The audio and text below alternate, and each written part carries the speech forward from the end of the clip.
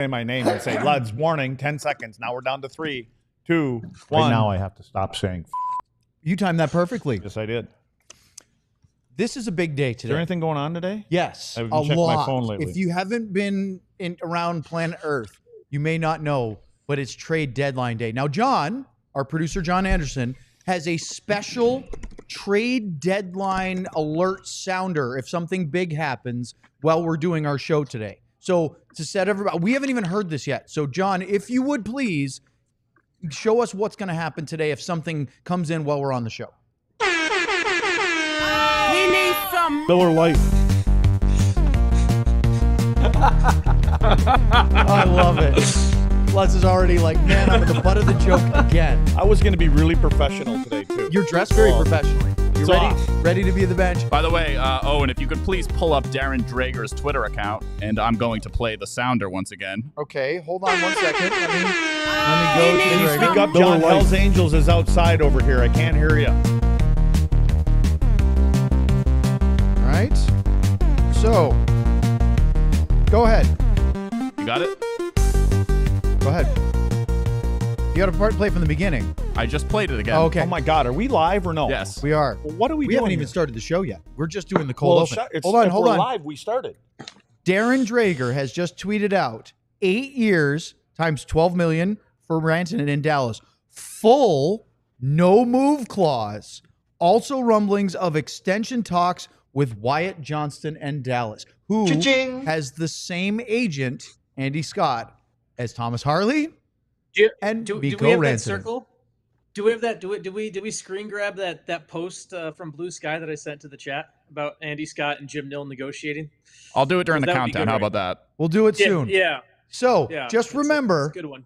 if you hear that sound, something big happens and we've got a report on it. Let's start our trade deadline day extravaganza on DLS right now. Get ready, boys.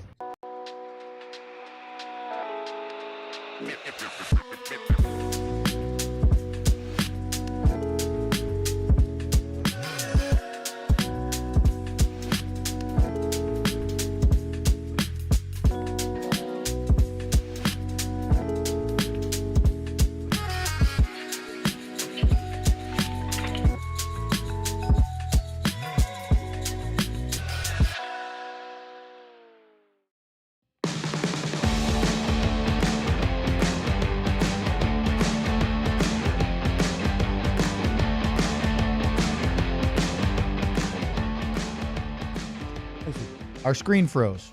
This is the DLL. There we go. The DLLS Don't know what happened there. Dallas Stars podcast on trade deadline day Friday.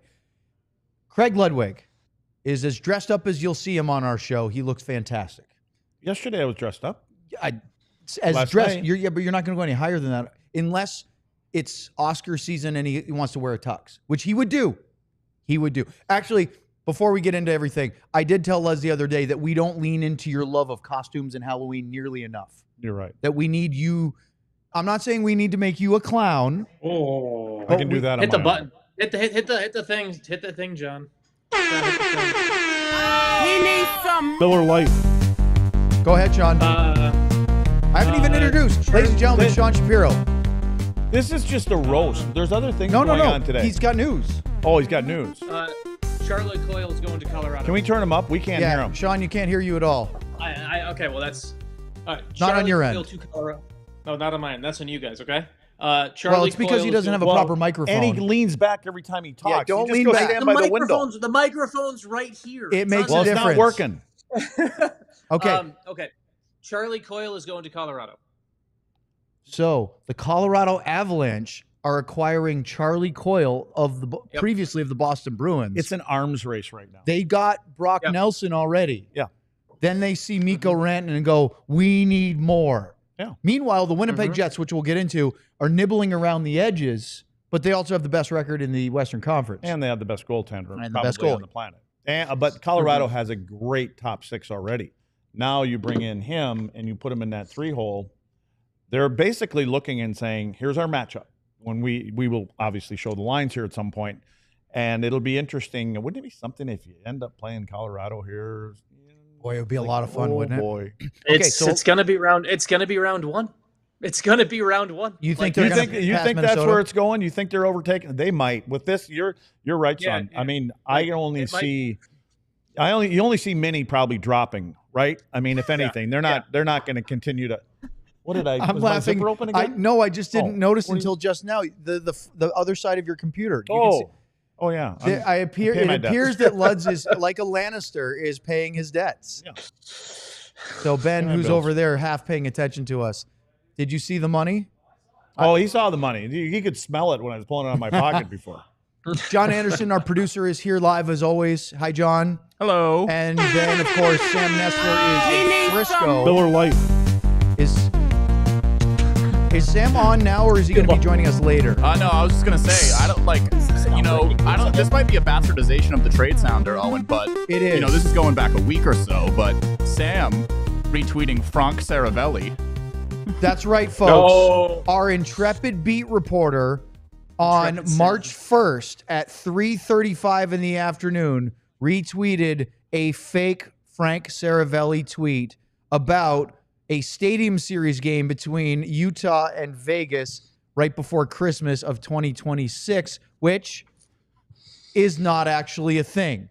We've been sitting on this for a little while because it made sense with all the games we've had this week to do it on trade deadline day as a bit flushed 3 times the toilet he'll appear. Breaker a of nice, drains. friendly PSA to all our viewers out there. Make sure you check the Twitter handle before you start mashing that retweet or believing it. Right? I don't even know what you're talking about. Yeah. I wasn't paying attention So to any. sorry, Sam, but Stay in the moment. yep. Well, In the moment, This is guys. about the trade deadline, Lutz. Yeah. Okay. Yes. John, show up the lower third of the likes, please. If you are watching right now, or if you're even watching later, find that like button at the bottom of the video, not in the chat, and give us a nice like spike. That thumbs up always helps. I had a buddy of mine, we did our first emergency pod this morning, text me and say, thank goodness YouTube let me know you guys were on because he needs all the information. He was trying to find out if Rantanen was going to happen. So that's why you do those like spikes. The more we get, the more YouTube sends it out to everybody and says, you might be interested in this, and the more viewers we can get and grow our show. So, guys, let's start it from the beginning here. Mikko Rantanen is now a Dallas Star. It is not, I don't think has the trade call officially been made? I don't think so, but all the reporting, this is not going to be walked back now, right, Sean? Yeah, no, it's kind of we're at the spot where deals right now on deadline day. There's obviously a lot of deals going through, so we'll know the trade call has officially gone through once we see the team put out a release. But there's Right. 5 or 6 other deals all going on at once, so there's a bit of a line sometimes for trade calls to go through the league office. So, but it's agreed to. Respective players have been told they're getting moved. Mikko Rantanen has agreed to sign a deal with the Stars, so this is happening. So the details are, in case you're just joining us, you haven't seen, Rantanen comes to the Stars, Logan Stankoven, 2 first-round picks and 2 third-round picks head to Carolina. Luddy, there's the breakdown of it right now. So they already used their 2025 first in the deal with San Jose to get Granlund and Ceci. They're now 26 and 27. So that means they won't have a first-round pick for the next 3 seasons, 2/3, and obviously rookie, sensation Logan Stankoven. How do you feel about the return, what the Stars get, and what they have to give up to get them? Great. I can't sum it up any better, but I do. The first thing that comes to mind, and this is one for Sean because he would know better. Yeah. Sean, to project out, tell me the difference between first off, why isn't it the 25th or 2025 versus 26? So you can talk about the difference in the draft years. The 25 maybe a little more top heavy. I know that there's a Schaefer kid defenseman that's pretty popular, and versus the 26. Yeah. They also traded the pick for the 25 they don't have anymore because they traded it for CC and Granlund. So Okay, they don't have so 25. they don't have a but first then round for talk 3 about years. why Yeah, these picks and what they mean more importantly to Carolina. Yeah, for Carolina, this is a victory lap day for Dallas, right? Let's call it what it is. This is the Stars landed the biggest fish. They landed the best player available, locked him up for 8 years, and they basically added just major part to their core. For Carolina, this was, and I know people in Carolina are going to look at this and be like, this is all they got for Mikko Rantanen. If I told you, though, Luds, if I told you before the season, I want to make sure I got this right. Like, if I told you that before the season, you could flip Marty Necas and Jack Drury, a 2nd and 4th round pick, for Logan Stankoven, 2 firsts and 2 thirds, you would be thrilled with that, right? Yeah. Like Carolina, like in the end, right? Like, are the Hurricanes better than they were yesterday for this year's Stanley Cup? No, but 35 days ago or whatever that trade was, that's actually incredible work to flip those assets. So that's where Carolina is on this, where they weren't able to get Rantanen. They got the feeling that he definitely wasn't going to sign there. And so part of the ethos of that organization, and this comes from the top of the ownership there with Tom Dundon, is if we're not going to get him to re-sign, and after we spent to get him, we got to make sure we get something on the way out. And that's what Carolina did, and that's why they're moving this. And also, I was talking to someone else who knows a little bit more plugged into Carolina than I am. Carolina might not be done today. Carolina might be flipping those firsts or thirds to try to get something else, and they might be swinging for something else. So we could see something else happen with Carolina and within the next 50 minutes or whatever it is. Do you guys think that it's exceptional steal for the Stars standpoint that they were able to do this and keep one of their 2 young rookie forwards, Maverick Bourque or Stankoven? The fact that they still have Bourque. Now, it could have been the other way around. It could have been Bourque goes, Stankoven stays. But the fact that one of them is still here and Mikko Rantanen is here and locked up for the next 8 seasons after this, I mean, that's got to be a huge win for the Stars, right? That they didn't have to give up both of them. I think it was a huge win for Carolina if they could have figured out how to keep the guy, too, and if he would have been happy there. I think anybody – when you have a player like this that's available – and you can bring him in for a reasonable price, a better price, whatever it may be, especially when you're adding him to a lineup like this team has. I mean, you're bolstering, obviously, what you already have. They're one of the top 2, 3, 4 teams in the league, however you want to look at it. My only thing would be is, are they done? You know, are they done, or are they going to tinker around with the defenseman? Because we didn't – again, I just don't want to downplay that the group, because the group of defensemen as a group, especially when you get Miro back there, is a pretty good group. You know, yes, there have been other teams that have better, but when you look at what's up front, and if you can't get a defenseman, are they kind of sitting on the side of, well, what we have up front, we believe that if anything, we can outscore the few mistakes that we make in our own zone. Sean? Yeah, no, I would, like, in a perfect world, I just don't see the assets to add another D, but I would be still in the next 45 minutes. If I'm Jim, I'd look at bolstering the D right now, because it wouldn't hurt to add another body with how things go when healthy. But this team and the Stars, when they're healthy, when they go into the playoffs, you look at this forward group. I mean, we're talking about Wyatt Johnston as your 3rd-line center on a healthy team. We're talking about a team that is so deep. We're talking about a team that is so deep right now. And they are... You're talking about Dodonov and Bourque and Steele on your 4th line when everybody's healthy. And they would have been if they had traded Bourque away, if it's been Stankoven and Bourque in a first. I'm like, okay, that's a cost I would have happily taken for Rantanen. I'm thrilled that they were able to flip. I'm thrilled they were able to I'm thrilled they were able to move the pick instead of Bourque, because Bourque represents more certain to me than that pick, right? Like, I'm a big, it's the famous, right? Because if you kept the pick, you would hope that you'd be able to use that pick to select a player that might be as good as Maverick Bourque. You know what Maverick Bourque is. Yeah. It's the old. He needs some Miller Lite. Go ahead, John. Per Frank Saravelli, the hashtag Blackhawks are trading Peter Mrazek and Craig Smith to the Red Wings in exchange for Joe Villano. Back to the show. So Craig Smith and Peter Mrazek to Detroit. Yep. For Joe Villano. Sean? God. You're the Detroit Red Wings guy. You don't have to break it down, Sean. You could just go back to whatever your point was before. This is why you trade your first-round picks away earlier. This is a perfect example. Joe Villano was a first-round pick. In Dallas. In Dallas. This in is why you 2018. trade first. This is why you trade first-round picks away early. This is why you move on from Logan Stankoven. Not that Logan Stankoven's going to crash and burn and all that stuff, but this is why you move on from guys earlier. This is why Vegas has done it. Joe Villano is getting. I mean, Joe Veleno goes in and brings Peter. What was Peter Mrazek and who? Who, John? Who was the other one? It looks like Craig Smith. Craig Smith. Like that's why you move on from first round picks earlier. I guess. And Detroit needs another goalie. I mean, Alex Lyon was off horse fecal matter last night, and so that cost. And Detroit might be falling out of the playoff race right now because of it. So it's a move Detroit needed to make. And but these are the type of moves other teams are making to stay in the race. And then you look to connect this back to the Stars.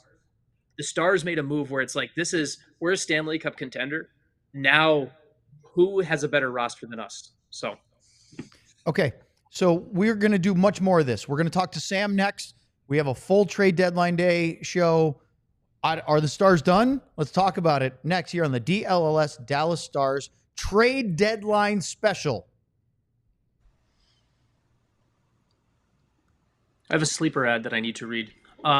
Sleeper, the best fantasy league platform out there. Put your ball knowledge to the test by picking whether your favorite or least favorite players will have more or less in their projected stats. Tonight, where's the pick? I don't have the pick. I'll get that in a second.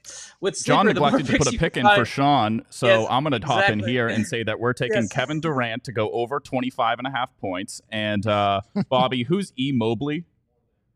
Evan from the Cleveland Cavaliers. Evan Mobley to go more than 30.5 points. Put those together, you get 2.9 times your money, Sean. Yeah, and with Sleeper, the more picks you combine, the more you can win, all the way up to 100 times your money. Sleeper keeps you in the loop with instant alerts for breaking news and major injuries. Stay ahead of the game and keep track of league updates in real time so you're always informed and ready to outsmart your friends. If you think you have what it takes, new users can download the Sleeper app and use the code DLLS Stars to get $55 in free entries, and you place a $5 when you place a $5 contest. Apply it to any contest. Doesn't have to be your first. Terms and conditions apply. See Sleeper's terms of use for details. Currently operational in over 25 states. Check out Sleeper today.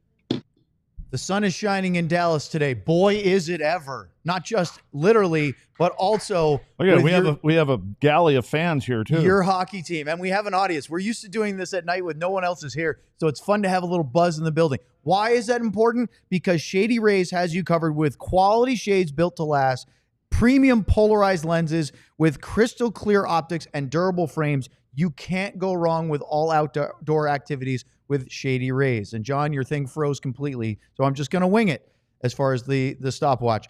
Shady Rays has the most amazing lost or broken replacements protection.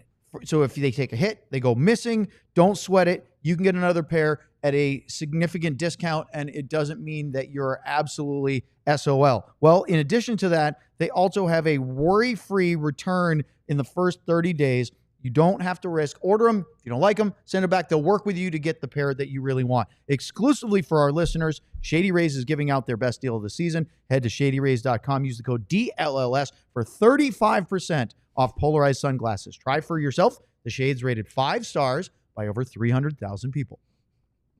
What are you giggling about over there? Oh, it's not your read. It's just I sent Holly a message. Oh. Say, hey, big things are happening here.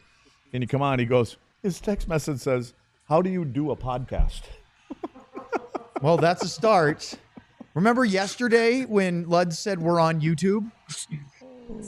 So that's better than what Holly said. Hi, Sam. How you doing over in Frisco? Hey, boys. Good. I wish we had something to report on or follow today, but, we deal with it. Just another day. I'm surprised you're not standing next to the Craig Ludwig plaque. It's up a little higher. Where is it? Those are I sitting didn't on even the know floor. it's not here. What is it? Was it Where is he ever at? there? Where's he at? He's in Frisco. At the, I don't- There's nothing in Frisco. Well, he I don't fell think so. for it. Yeah, I was looking for it. We're over in the That's right. old room. You're over in there the farmers one. Yeah. Sam Nestler joining us from the Farmers, Stars baby. practice facility at Comerica Center in Frisco. Sam, you've obviously heard the news. Do you think now, like with Rantanen here, and we've made all the details known, what's your initial reaction? And the big question I want to ask you is, do you think the Dallas Stars are done with the fact that they just placed Miro Heiskanen on LTIR? Yeah, initial reaction is probably very similar to you guys. What a player, what a change to this team. I know Sean and I both wrote a little bit with what the lines could look like, and it's just unbelievable what someone of this caliber could do for this team. I mean, the guy's got 101 points in 81 playoff games. He doesn't go quiet when it matters most. So this is the huge trade. You guys have been over that, but the moving on part, I don't think they're done. I think that Dallas still needs to upgrade on defense. I don't believe it's going to be a big time shocking move like this. This was the big swing, but I do still see guys like Yoki Haru and depth defensemen that just give you a little more wiggle room on the back end, so that you're not saying we have a pairing of Brendan Smith and Matt Dumba in a playoff game or a playoff series. And I think that's important and very doable for Jim Nill. They have tons of space. Just added Heiskanen to LTIR to open up even more. I don't think they're done. I think it's going to be something on the back end, and Jim Nill's still working here. By the way, for people that are in the chat right now, we are going to do all your super chats in time, but not quite yet. So keep sending them in. We have them in order. We'll get to all of them. We will. Yeah, well, they're flying. We had super chats for our emergency pod number 2. Emergency super chats. The second one, the one that Sean and I had to do for 10 minutes. We had 3 super chats. Number 2. Which, by the way, Sam, they actually said in the chat, I don't know if you saw earlier, that to get you to appear, you had to flush the toilet 3 times. That's how you do it. That Yep. should be the intro song when I come on. Yeah! That's Sam's new drop. He has a lot of them now. We need to get him a light over there. Hey, Sean, question for you. I have As one. Sam says, they're not done in his mind. Mm-hmm. What do the Stars have in their remaining assets? He needs some. Miller Lite. Hold that thought. Per Elliot Friedman, Cody Glass from Pittsburgh to New Jersey. Sean? Cody Glass traded from the Pittsburgh Penguins to the New Jersey Devils. Is that the trade drop that you guys have? Move there? on. Oh, this is the first time Yes. Sam's heard that. It's a bit long, Sam. Sam, you It's need it's to a go bit back and long. watch the beginning of the show because we mentioned you and did a PSA for our viewers. You have to. Oh, there it appreciate is. Can you read that? What happened on Let me March just get up 1st? real close here. Oh yeah, I wrote right after that. I said, "Darn it, Frank. He's gotten me multiple times. So we used you as a gotta look nice at the way to profiles. remind our listeners that they need to be litigious with their details today. Yes. Do you Yes. not have alerts? Do you not have alerts set up for some of those people? I do. I think that was just one, like on deadline day or anything like that. You won't get it, but that was one where I just Trouble was with the scrolling and saw We're it, talking and about I alerts remember for- like it was probably 30 seconds later that I saw it, and I went, That's "Oh okay, you no, Reporters do. won't do it Okay. again though." Okay. All right, Okay. Sean, the question stands. What can the Stars Yes. possibly use since they just gave away their next 3 first-round picks, a couple of thirds, a conditional 4th? These are in the 2 trades they've done so far at the deadline. What do they need? What do they, not what they need. What do they have to spend to get another player in a deadline? Not much. I mean, their Yeah. picks, their pick cupboard is pretty much empty now. In theory, I guess you could go and try to make a move with a with a lower B-level prospect or something like that. You could try to do something like that. Honestly, the one that I go back to is I'd see like the prices have been a bit higher than I would have liked. So I don't want to part with a second-round pick for a Henry Jokiharju. But if like Brian Dumoulin moved for a second, is that where you might have to do with that? That to me is you have this a second. You could look at like a Jokiharju. You could do something like that. But the reality is there's not a lot left without making without parting with another, without making another roster move and taking someone off the roster to bring someone in. That's just the reality right now. Sean, is there anybody, let's just say Maverick was still in play. Yeah. We know he's not. Is there anybody, would you use Maverick and let's say Blackwell if you got a top 4 defenseman available? I don't know. I'm just throwing out who that might be. But with term, yes, I would do it for Bork with term. I wouldn't. I mean, nothing. With all due respect to Colin Blackwell, if I could trade Colin Blackwell at the deadline and get something for him, that would be great. That's just. I think he's the type of player you can find many of throughout the league. He's been good, but it's just trade value. There's not a ton for him. So I would, if I could get a top 4 defender with term, I would definitely be looking into that. But I don't. I guess the side for that I'm me, wondering about, does that leave yeah. a hole in our 4th line? As far as the lines are designed, does that leave a huge hole in there that we can't get past? Well, if your problem is your 12th forward isn't good enough, you're a really damn good hockey team. And Yeah. that's the spot where I'm going to go for this, because if we go through and list those top three, and obviously injuries always happen and someone's have to move up or down in the lineup and stuff like that, but if we go through and list those top three lines, and I know Pete likes to roll 4 lines, but fourth line ain't playing very much, guys. So I'm not really like And I don't disagree, but you already if have we're extra. missing a, we keep talking about defensemen, right? If we're missing that might, in order to get a quality top 4 defenseman, you may have to give that up.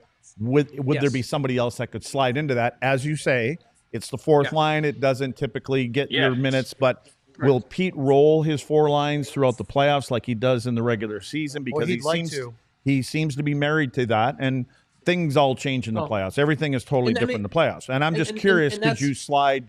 Is there somebody down in Austin that could slide into that spot, for instance, that would allow you to do that? Oscar Beck, isn't Oscar Beck an extra when the way they're lining up right now? So that's who I have in there, and then anybody can be your 13th, along with if it's not Blackwell, anybody can fill that spot. So I think Oscar Beck as your 13th forward in a Stanley Cup playoffs is a very, very good team.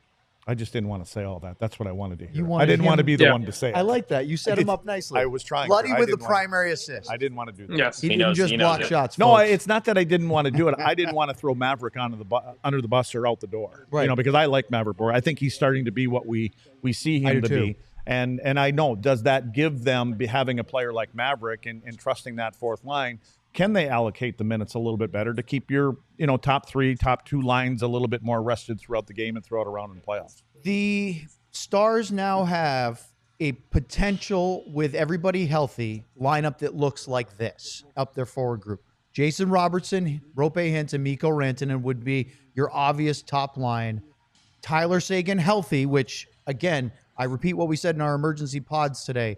Everything is tracking optimistically that Seguin will be recovered to play some games before the end of the regular season. Whether he does or not, a healthy Tyler Seguin goes right there with Duchesne and Marchment. Then you have the incredibly high-end third line of Jamie Benn, your captain, Wyatt Crazy, Johnston, crazy. Kaching, and Mikael Granlund as your third line, with Sam Steele, Maverick Bourque, who was playing on the second line to start the game last night, and Evgeny Dodonov, who's been on your top line at times this year, as your fourth line, with Oscar Beck, as Sam mentioned, and Colin Blackwell currently your extra forwards. That is insane depth. And I look at Ridiculous. that, and I think there's options there if Tyler comes back and Tyler's not up to full speed, which let's not expect that, because it's going to take a little time to get into the game action. To me, you can always take Wyatt and you can flip Tyler down to the right side, move Granlund over, and then stick Ben in the middle if you had to. Just if it just from Flexible. a pace standpoint, that would allow him to. Bad way to say it, to keep up with those guys versus keeping up with the other two, just in the time being while he gets up to speed. Do you think, Sean, that's a great thing that Luddy just brought up. Do you think the adjustment period for Rantanen with Dallas is going to be the same or different, with the obvious issues he's had getting comfortable with the way that the Carolina Hurricanes play on the ice? I think he will be a better player in Dallas than he was in Carolina. Why? And there's 2 reasons for it. Because Carolina plays a system that doesn't really fit well with Rantanen. Rantanen, I think I may have. We've been on air so many times today, so I don't know if I said it in the last 20 minutes or I said it in an earlier podcast. But Rantanen wants the puck on his stick. He wants to create. He wants to play. He wants to combine size and skill. And the reality is, when he was in Carolina, everyone plays it's the same game for all 4 lines. It's so much more about puck retrievals and getting the puck back to the point for those shots. I watched Carolina in person on Tuesday. It is annoyingly and beautifully boring. And that's not a system Rantanen wants to play in. And he's going to fit better in Dallas. They play with more speed. He can combine his size and skill are going to work really well. And the other thing that I think works really well is the Stars have 2 centers that could fit really well with Rantanen. We talked a lot about Robertson and Hintz playing with Rantanen, but I mean, I could easily see a really strong pairing of Wyatt Johnston and Rantanen together on a line. I think those 2 would also work extremely well. So I think the Stars, not only do the Stars have a better system overall that will fit for Rantanen's particular style of play, there's some familiarity with Hintz. There's another guy that comes in and is a nice complementary piece to him right away. It sets up really well. The only thing, and I promised our GM and Bobby that I would say this, the remaining part of this deal, guys, is the Stars just need Rantanen to wear number 77 and all is right in the world. That would be an amazing troll job for all Mavericks fans that are hurting if Mikko Rantanen, instead of wearing number 96, his usual number, decided to wear 77. Mikko. So we have an ad break coming up, but first, John. Hit the button. I don't know hit if the this button. is sounder worthy, but Okay. I'll play it because I like playing the He sounder. wants to play the sounder, and I want to support you. He needs some. Miller Lite. Oh, it's Sam, Jeff I want Merrick. you to read this. Actually, no, sorry, sorry, John. I jumped on you. John, go right ahead. I don't have to read it, but Jeff Merrick tweeted Wyatt Johnston contract announcement expected. Cha-ching. Sam, you're in Frisco. At some point, you'll be meeting with Jim Nill. Thoughts on a Rantanen deal and a Johnston extension on the same day? Yeah, well, we talked, Sean mentioned it, I think on emergency podcast number 7 earlier today, that it's the same agent. So we knew, there are jokes of, Sean was talking about jokes of like, how can you make all three of these work with Thomas Harley, Wyatt, and Mikko? But like, it's also partially true. Like this deal doesn't get made if they don't believe they can get Wyatt where they need him to be. And so having this go together right now, how about knocking 2 things off right now, getting all the Lud's distractions out of the way and moving forward with 2 core players for 8 more seasons. So I think that we know that number's been going up. So maybe the Stars are thinking not only can they get it done right now with this whole big trade going on, but they can also maybe save a little bit by not dragging it on to Wyatt scoring, 15 goals in the playoffs and making his number even bigger. So I think it's a good call to get it done now, and excited to see. I don't know if we're ever going to talk to Jim Nill if he just keeps doing all these moves. We should drive by Frisco and see if there's any scraps laying around the floor around there with everything getting going around here, boys.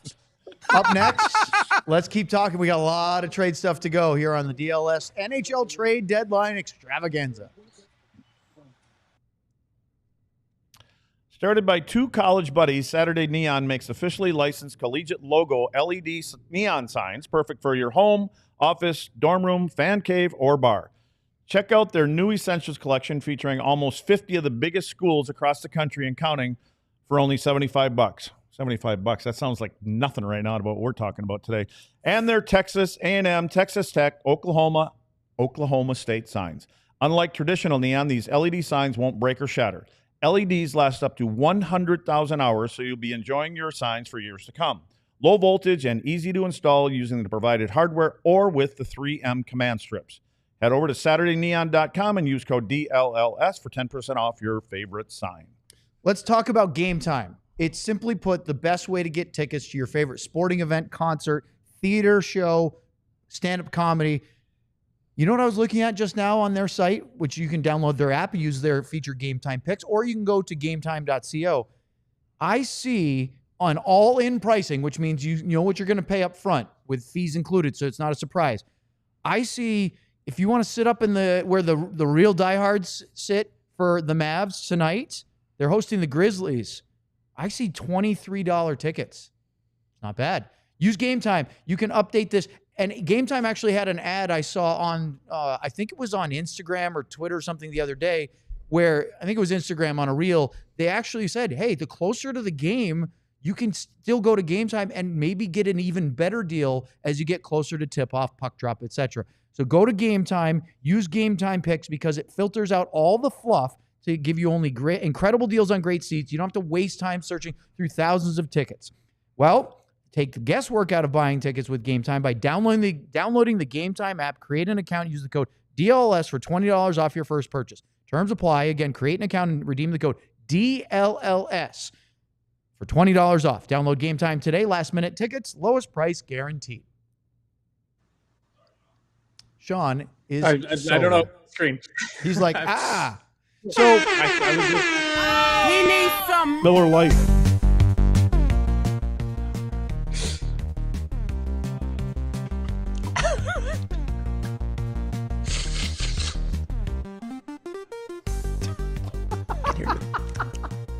Can't hear you. People can't hear you. My mic was muted for that entire thing, and I said You a got really it funny right. joke. all over again. I feel like I need to. And you're the director of this I need to show. take one. You know why it was muted? Is because by the way, We're on Yrjö WFAA, we're on Vakanainen. fast channels, and Luddy just cursed. We apologize very much. Elliot Friedman reporting Yrjö Vakanainen 2x 1.55 million. The reason my mic was muted is because I turned to ask our head of content, Bobby, if I could say the word "ho" on the We have air. to turn this 10 bucks has got to turn into 20 now. Okay. Oh boy.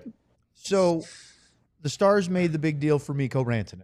Their forward group, even with Tyler Seguin still rehabbing from his hip resurfacing surgery, still looks ridiculous. You can do the lineup graph. John, if you would pop that up again, the Stars lines projected that we showed. If you remove Seguin from that for now, right? Granlund can go right up with Duchesne and Marchment. He looked great. And you could plug in Colin Blackwell, Oscar Beck on the fourth line. You can move Dodonov back to Johnston and Ben. Oh, look at that. That's not nice. That is not nice. You may want to He rethink all brought that. me a beverage, and Let's just see who that's from, and maybe you want to rethink he it. didn't give one to Luds. I can't. Okay. You can have 2 for that Wait, one. can we get a snapshot of? Hey, John, can we get a snapshot of this somehow with Ben so we can send this to our buddy? Here, Ben, come back in here. Yeah, because Well, we can screenshot this later. So Luds has an idea. what's the idea? Oh, What do you mean? What's the idea? You wanted a picture well, with I us? just want to send this to our buddy March who used to wear 7th, number 16 for the 2025. Dallas Craig Stars. Ludwig had an idea. You know, you never know. 16. Hold on, I'm gonna go get. I'm gonna go get let's a beer. super chat I'll be that right back. in I'm there. gonna, Pavelski was I'm 16. gonna get a beer. No, Hold on. not. I'll be right back. I Hold on. know, but there weren't many goals left in that jersey after this other guy. Sean went to get a beer. He felt left out. He wants to join us. Well, it's not going to go away in 2 seconds. Here's Maybe Sean's Luds. empty house, You guys notice that Lud's got 2? There's I got a reason. game to go to There's a too. reason. and Well, one's gone already. There he is. Sean's back. Okay. I'm back. I one day a great bit will be I could walk away and then I could just walk onto screen. That's like movie magic someday. Yeah, somehow he's in the studio. Wouldn't that be Who's that? Sean? That would be, yes. I got a beer. We should get Ben. We should get Ben on here live and ask him about that. Well, yes, look at that. Cat is joining in the fun. It's He beer needs some 30. Oh my God, it's a party in here today. It Look is at this. beer It's a big 30. day. Hey, Our head of attention, everyone. production. Oh, wait Look a at minute. this, look it's at the this. entire Look management team. Beer 30. We've got Kat. We've got Bobby. We've got Ben. The entire, what we call the suits. They're in charge here at DLLS. All I got to say now is Mikko, don't let us down. We're celebrating about what's gonna get read here. Uh-oh. All right, John.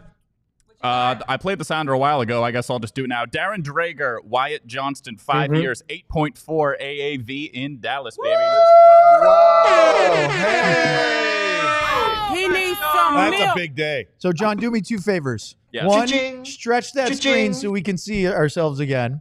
And 2, come punch me in the face. Are you telling me that the Wait a Stars... second. Say that one more time. Oh, I have been waiting months for this moment. can't wait. And he's telling me I can do it. Are you telling me that Jim Nill just acquired Mikko Rantanen and then he signed Wyatt Johnston to a long-term extension under $9 million a year? I think you know who we should Cha-ching. have on the screen is Tom Glardy right now. Like to see all that money flying around. Do you remember when we played the audio of Tom Gallardi Yeah, yesterday and he said, do. I could see us doing a small depth deal? Yep. This is not a small depth deal. Well, but that Wyatt was happening, right? I mean, why it was going to happen anyway. This is what is so cool about Jim Nill is that after this deal got done with Rantanen, we're all sitting there thinking, okay, Wyatt, and they got the same agent, blah, blah, blah.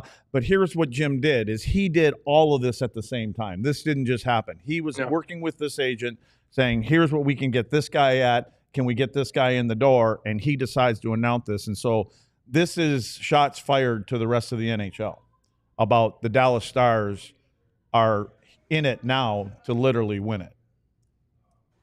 Go ahead, Owen, you're up. Sam just texted us that president of the Stars, Brad Alberts, just popped his head into the press room with the biggest smile on his face. Sean, can you imagine why Brad Alberts might be in a good mood right now? Yeah, it's not his I money. can show you, like literally on my phone here. Brad's texting me the eyeball emoji. He's just texting me eyeball emojis to troll me right now, and actually not responding to me. So I just asked. I just asked Sam if he could get Brad for 2 minutes and hop back on the show. He said no. Yeah, he said hi and ran away. Of course So he did. We need Sam to get the lasso out and bring him back over. So my next question to you, I asked what these Stars. Well, let's talk about this first before we get completely off focus on it.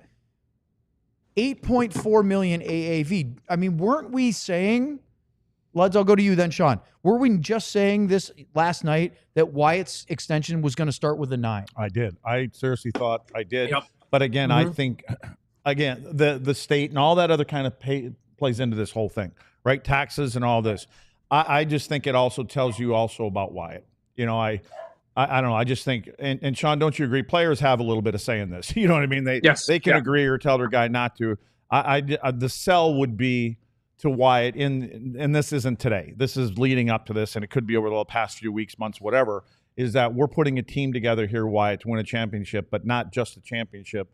And you're going to be here for a long time to come. You have the opportunity now, if everybody pulls their weight, does the right things, and everybody does what they're supposed to do, to win multiple championships here. Sean?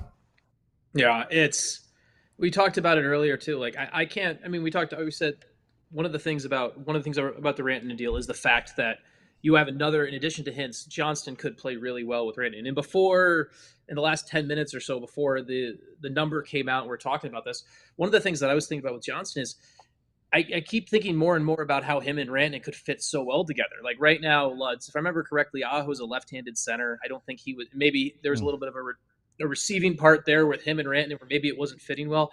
Johnston's a righty. They fit really well together. Like you can't imagine that. Like you have to imagine that as Andy Scott is definitely talking to both guys. And I can imagine that when he's talking to get Mikko Rantanen, like Andy's working on both of these deals at the same time. And when he comes back to Mikko and says, hey, it's 12 million a year, not 13, 14, whatever. And Mikko's like, oh, I wanted more. But then Andy can say to him, but at the same time, I know for a fact you can play with Wyatt Johnston for 5 years and be on the same team as him. That goes a long way. What about the tax? Hey, and by the way, Sean, 5 years. Yeah. That means he's going to be, what, 26, 27?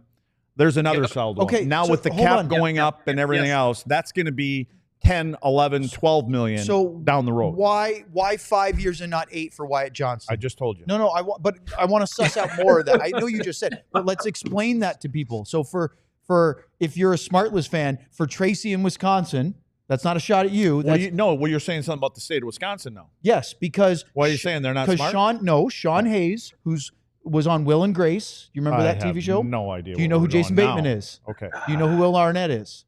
He was on SNL. Okay, I'll just say yes. We can move on. They've got a hugely successful podcast called Smartless. They always talk about Sean's sister Tracy, who lives in Wisconsin, who isn't an insider in the Hollywood movie business. So, no, stay with me here. So, Luddy, you are a NHL expert. You've lived the game forever. No, it's true. Yeah, okay, I've lived. Yeah, You've lived hockey. You've played it. You've coached it. You've watched it. You've consumed it. You're an expert. I know that sounds really silly to call you, but it's true. For those that are viewers that aren't hockey experts, can you get into more details or just make Sean do it? Why 5 and why not 8 for Wyatt? Well, I'll let Sean go into the real way to say it, but basically what's happening here is in the next 5 years, you're going to make X amount of dollars, okay? The salary cap is going to start going up and up and up and up, okay? So his next contract, especially when you look at this contract that Rantanen just signed for 12 million, 13, whatever, that's the neighborhood that Wyatt Johnston's going to be living in, if not more. And Sean, you can also explain about how McKinnon and let's see, that one guy, number 97, how they took a certain percentage of that cap. It goes up to, 20% they could take from there, or not they can, but that was the whole thing with Rantanen before when he was comparing his contract to McKinnon, said, I'm not looking at the dollar amount, I'm looking at the percentage. And this is what I feel I'm worth. And it puts Wyatt in a spot too, where it's not a bridge deal, but it's something longer than a bridge. I think we need to think of a good term for that, because it effectively buys for Wyatt, it takes him to his next deal will be a UFA deal. It only buys 1 year of UFA, of unrestricted free agency, for Wyatt out of this. So for Johnston, this becomes a spot where he gets this deal.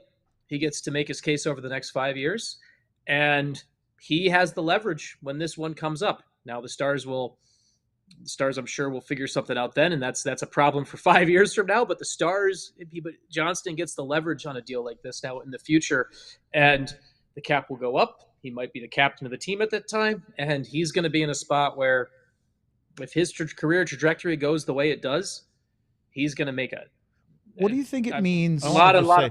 Yeah. So Bobby just came running in here. Well, that was because I asked him to. I know that, but that reminded me of something. Okay. Of that team that he does. You mean the Dallas Mavericks? Yeah, those guys. Do you think those guys should be paying attention to what's going on here? Oh my God. This is how you run an organization right here. You're just You don't send guys away. You are taking the ice pick and you are jamming it into the side of his ear right now. As a Mavs fan, just punishing to see the yin and yang of these two franchises at the moment. I know we have to go to a break, and every other Mavs fan that's watching. Wait. So are they still kicking people? First question, yes or no question. Are they still kicking people out for Fire Nico shirts? Are they still kicking people out for that? I don't think they're kicking people out of the arena for that. Yeah, By the way, we got everybody yelling in here. Kat just yelled over. She wants to know if Jim Nill can do basketball too. No, can people can get around now, instead of wearing Fire Nico shirts, they can just do Hired Miko. Just wear Hired Miko shirts to Mavs games as a subtle shot. That is no longer. Did you see that they were chanting Fire Nico at the Stars game last night in the third period? I believe it. But now I'm giving people the sign. You can just John, wear you know shirts that. or signs that say Hired Miko. There you go. Since John's the expert at all these drops and everything we have, what's that cough drop company that has the big long horn? That's Ricola. Ricola. Could we get a Mikola kind of thing, or is that illegal? I mean, that might be some sort of copyright infringement. Is that illegal? If we get John How about to if we just sing do it ourselves? If he sang it, it's his own parody. I think we could get by on a technicality. I think we need Sam. I think Sam too. Sam needs to sing it. We need Sam's voice to sing that one. Hire Miko. Hire Miko. I like it very much. Put it on a shirt. A new member of the Finnish Mafia. Should we do some super chats next? I don't know. You think there will be a ton of super chats? They are just pouring in. Are there? Oh yeah. Let's get into that next here on the DLS NHL trade deadline extravaganza. But first, we need to talk about being a diehard. If you haven't become a diehard already, I highly recommend you consider doing so. Sean is pointing at the QR code at the bottom of the screen. Use that, scan it. It will send you to alldls.com. Once you get to our site, click on the diehard and sign up for the diehard program. Why? Well, right now we have a special discounted offer. It's a spring training special. It's $48 for the first year, new subscribers. What does that mean? That means you get a substantial savings off the ordinary $79.99 annual subscription cost. So you save money and you get everything of the top level access of being a diehard, including a free DLLS t-shirt of your choice. You get to pick any one from the available shirts on our merchandise page. In addition, you get 20% off of all other merchandise, which includes hoodies, flags, all sorts of fun stuff. Other t-shirts, new ones coming. I'm aware that there are a couple of Stars ones in production right now, so we're hoping to announce those soon. On top of all of that, everything that Sean writes for DLLS, everything that Sam writes, all the things that we get from the Mavs, Cowboys, and Rangers, all of that you get access to, and you can't if you don't have diehard level access. In addition to that, you have a really fun community that's growing here in the chat, watching on our programs. But when we're not broadcasting, you get access to the diehard only Discord channel where they keep the chat going. It's all over the place. They have a lot of fun. I've been told that the Stars segment, the channel inside the Discord, is the most active. So our Stars diehards here at DLS are carrying the Discord. Luddy is sitting there going, damn Discord channel. By the way. Damn Discord. Damn Discord. One more thing, Luds. St. Patrick's Day is coming up. And those are the shirts we want. Well, again, I keep saying this. I'm not sure why we don't have these shirts sitting on our little chairs here when we get here before this day comes, because we know if we wash them the wrong way, they shrink a little bit. That's right. So we got to get that all figured out. Treat them right. So we'd like to have our shirts a little earlier, and then I think everybody else will jump on board once they see these shirts. Yeah. And Get them early, though. They did give you one, but not that one. Not that one. Not with the little guy on it. That's kind of what I got. That's the one you got right yeah, there. that's the one I got. So Who else in the level car say yeah? sign up to be a diehard. We think you will very much enjoy being part of our community. Plus, we have a event, a watch party coming up at Cosm on March 26th. All of our tickets are sold out, but you can still go to Cosm's website and see if they have any others. March 26th, Stars at the Oilers, and watch on a unbelievable dome IMAX theater style. It really looks like something else. All right. It's time for Super Chats. We have a lot to get to. Let's do it. Do you want to do the ones from one of the the emergency pods we did earlier today? We had Super Chats in our emergency pod. We didn't have time. Sorry, I had dropped by accident. I didn't even hear what it This was. is madness. It was Jonah Hill saying your references are great. Oh, I've heard that one. I was on the wrong page. So yes, let's do the make good ones So the from three earlier. from earlier, I have them on one screenshot if I can locate it, were these ones. Okay. Bing bong. I Bing Love bong. Misty, Bing bong. 1985 with a DeSmith 99 Cup year. I'm just hoping no Wyatt. Luds, help us if it is. This was when we didn't know what the return was on Rantanen. Then we have Burned Oils with a little Brendan Smith and Rope Hintz. Breaking news, Sam Nestler not traded.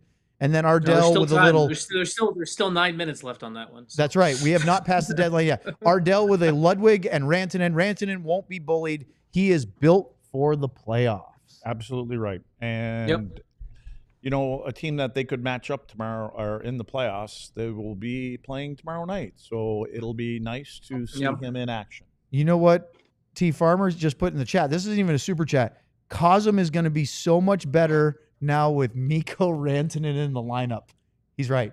That's going to be a lot of fun. Let's see if we can get him to stop by. Maybe he can get a jet now with all that money and fly back. Yeah. Hop in after the game's over. Come say hello. Why not? Yeah, that would be fun.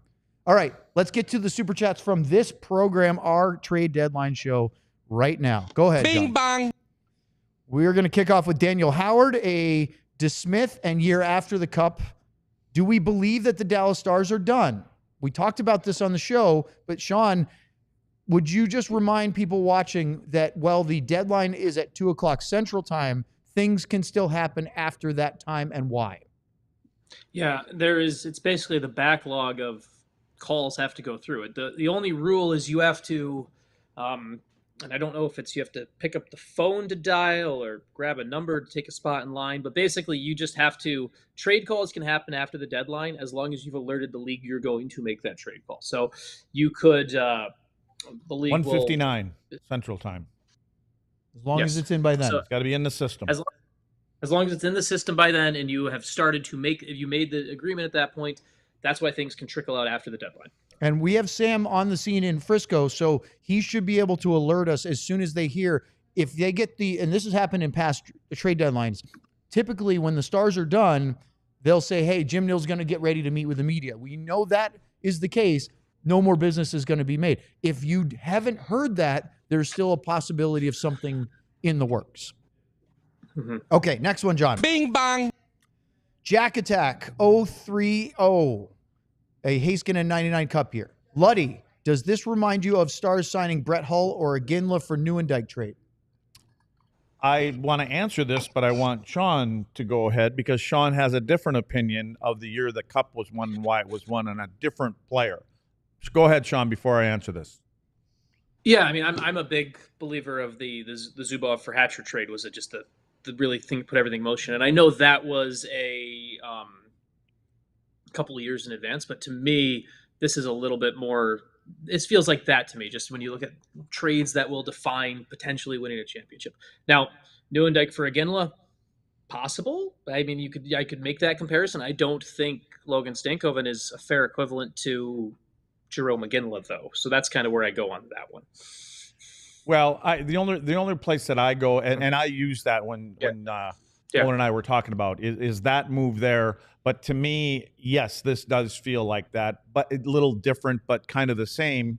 And it's really the same, only the same if he comes in this year and Dallas wins the Cup. Although Hully came in at the beginning of the year and had the whole year to adjust to playing as a team versus coming in a couple weeks or a month or so before the playoffs. Because there will be, regardless, I believe there will be some adjustment time here for players to get used to each other, and maybe it won't be as long as we think. I'm really glad you brought player. that up, because I wanted to ask this, and it was sort of stuck in the recesses of all the stuff that's going on.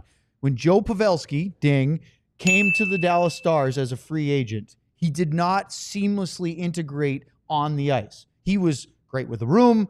Obviously, he and his family had been in San Jose his entire NHL career, 13 years. And it took a while. He played 60-something games before the COVID freeze lockdown that paused the season, and it wasn't going the way everybody thought. Then after that break, they went to that summer bubble in Edmonton, and they went to the Stanley Cup final, and boy, was Joe Pavelski money in that. And then after that, he really took off. I felt like he got comfortable. Is part of why, I mean, you guys talked about systems in Carolina earlier being an issue with Rantanen. Could it at all have been possible that because he had only ever played with the Colorado Avalanche in the NHL, that just simply changing teams was a big distraction and hard for him to get adjusted to? I think that this is a total different system, the way that Rod Brendamore likes his team to go. They play in straight lines. Everything is thrown at the net, and they point everything north. Not that Dallas doesn't do that, but this is more of a puck possession team. They carry the puck more into the zone. They look for the extra passes because they can do that to create scoring chances. I just think Rantanen fits into this team this similar because he played with guys like McKinnon, and Val. And so I think McKinnon is very similar to maybe a different player. Again, I know that, but Rupe's got that speed. McKinnon's got that speed. He can play with players that have speed.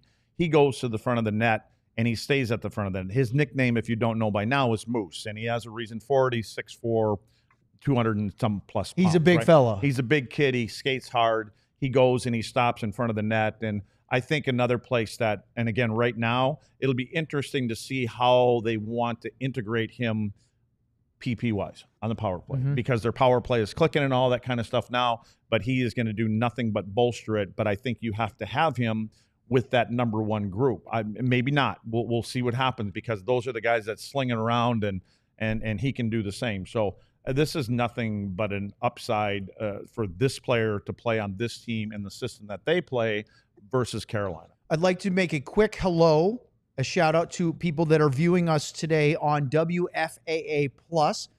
Thanks for joining us. Nice to be on that. In addition to our YouTube channel and our normal fast channels, WFAA Plus. So hi, everyone. Thanks. We're not done, so stick with us. We've got more to do. In addition to that, our GM did have a quick request. He'd like another like spike. So if you're not on WFAA Plus, if you're actually watching on YouTube, please go down there. There's lots of you watching right now. Click on that thumbs up below the video screen and give us a like. That will help us out, and we very much appreciate that. All right, John, let's go to the next one. Sorry, Super I got Chat 9 City. different things. Did we only just do one there? I don't even remember where we John's left a off. little rattled today. Just pick one. He's off his We'll game. find it. Oh, that was the Neuendijk one. That's right. Bing bang. Okay. We've got Stars 25 Cup year, Super Chat, DeSmith 99 Cup year. Is Bork worth less than 2 first-round picks? I am dangerous. Hi, Maverick.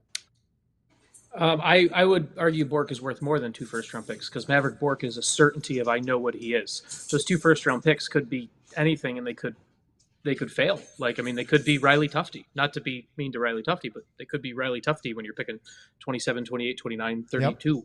Yep. So to me, it's Bork is way more valuable than an actual first-round pick. What he said. I'd like to thank everybody for tuning in on our television platforms today. Please like and subscribe. Make sure to check out our website, alldlls.com. Okay, back to the show. We're not done. We got lots of Super Chats still to go. Bing bang. And, of course, the Stars haven't said they're done yet. Daniel Howard sent in a DeSmith, and year after the Cup, will Elias Pettersson end up in Carolina? I've been seeing this, Sean, online of people suggesting that Carolina, as you talked about earlier, could take one or both of these picks and flip them to try to go get Pettersson. That was a big conversation of, was Carolina interested in Pettersson before they made the deal for Rantanen? this would be another attempt to try to get the Canucks winger. Yeah, they. I know my pal over at Elite Prospects, Cam Robinson, spoke to. There was, before this trade happened, for obviously Mikko Rantanen came to Dallas. At one point, the Canucks called Carolina to try to do Pettersson straight up for Mikko Rantanen. So I know that was on the table at one point. So Carolina could be trying to potentially use some other assets here to flip and get Pettersson. Now I feel like we're at the deadline right now. Like we're now something, as we know, things can come in after the deadline comes through. But I feel like if it was going to happen, it would have happened already. So yeah, I mean, it's a weird one to talk about this very moment. So, Sean, how is Tulsky going to be graded after getting this stuff back? And is this enough to make up for what happened with this player? I would say so, because I think they are better. I think they are a better team than they were before the initial Rantanen trade. Like I mentioned earlier, trading Drury and Natchez and a second and a fourth round pick for Logan Stankoven and 2 firsts and a third. Like, I think 2 firsts and 2/3. I think if you had just given me that trade in general, that would have been a good piece of work for Eric Tulsky. I also think he did the most difficult job a GM has. And we know Jim Nill, this applies to everyone. All GMs have a different job because they have to please their owner. And Eric Tulsky is in a spot where his owner would not definitely wanted a return on Mikko Rantanen if he wasn't going to sign. And so he went and got something. So there'll be some perception that Eric Tulsky failed this deadline and he didn't get enough value for Rantanen. But I would argue that over the course of the season, he did a pretty good job. You know, there's a guy in here that we don't talk about and we haven't talked about, and it's the head coach for Carolina. I look at Rod Brendamore and everything that he's given to this team, this organization, how he goes about his business with that group of players. In a way, I feel bad for him. You know what I mean? I won't want, when Dallas is playing them in the Stanley Cup final, I won't feel bad for him. But I'm just saying, I just think that, you know, to be able to, or to do what was done to his lineup and the way this all happened is like, he must go home at night and going, what are we doing here? Just because of it all went down, and how he's got to get his guys to rally around, you know, rally around again. And he's one of the best in the league at doing that. Yeah, he is. And he definitely leads that team. I mean, he's a guy on and off the ice is everything Carolina. So, but that's the price of doing business. All right, John, what do you got for us? Production nightmare right now because Court sent an F-bomb, so I had to censor that. But it is time to play this again. I love the fact that you censored Court with Tiny John. Yeah, that was Ben's idea. However, really the tweet I need to read, which this sounder has basically turned into the someone tweeted something sounder. Cam Robinson tweeted, "I'm told we're going to see a handful of noteworthy deals come in the next few minutes. Dallas, Carolina, Vegas, all seemingly working." So Cam is Sean's colleague over at Elite Prospects, and Sean will vouch that Cam has good reporting background, so that's something to take seriously. So the Stars reportedly still working on something that could have been already submitted, even if it hasn't yet been announced. So the question right now is, and we should just send it in the chat to Sam, since we all have the ability, is have they said Jim's done yet or not? Because that's the question. We got Sam right there. So intrepid Sam needs to be asked right now of, are they done? I'll take that right now. Yeah. Let me set this up first. So John, give me a bing bong if you would, please. Bing bong. And now we'll read Court Super Chat. A Stankoven and Rantanen. Nice, Court. John, just blank out my language. Let's bleep go. I will miss Logan, but he will be fine in Carolina, and Rantanen is a difference maker. And a Finn. We are all in. Go get that shiny thing. I don't have a Jerry Jones impression, but the Stars are showing the Cowboys what all in means, aren't they, Luds? They are kind of setting the standard how you go about your business here and winning a championship to the market, I would say. Mm-hmm. I would agree. Sean? Yeah, this is within we've seen what happened in this market in the last couple weeks with the Dallas Mavericks and all of that stuff. So this is a statement to the NHL, but this is also a statement from you got a lot of fans, sports fans in DFW right now who are looking for something positive. They're looking for a team that is going to try to compete and do stuff for them. And this is the message. I mean, we got 670 people watching this right now. I know there's a bunch of you watching this right now who haven't watched our show once and that are tuning in now because you hear the Stars are doing something cool. This is a message from the Stars that they're going to continue doing cool stuff, and you should continue to support them. Really says a lot about Jim Nill and his patience and stuff too. I think we felt for the last couple of years that this team was close, and for him to be able to resist and no, not yet. I'm not getting a rental. If I'm going to do it, it's going to be a long-term thing. And so, and again, today by going out and announcing Wyatt and bringing in Rantanen and keeping everything together, it really tells you. It tells you why he's won back-to-back GM awards. Not to throw shade on you or me or Sam, but JT in the chat just said, "I'm only tuning in for Sean Shapiro." I would do the same. Hi, JT. Hi, JT. So, he didn't pay for it though, but we're still giving you the shout out, Sean, just because we want to make you feel a little better today. Let's get to the next super chat. Your brother-in-law? Thank you. Oh no, guys. Oh, I have to be the one to do this. This sucks. We need some. Wait a minute. Can I guess? You can guess. I'm not looking at Twitter, I promise. Does this have to do with the Boston Bruins captain? Pierre LeBrun tweeting, still pending league call, but told Brad Marchand is going to Florida. Oh, I saw rumors earlier that this Vegas window open? No, No, but I'll open it for you. Nosedive. I'd be more than happy to go over and open it up for you.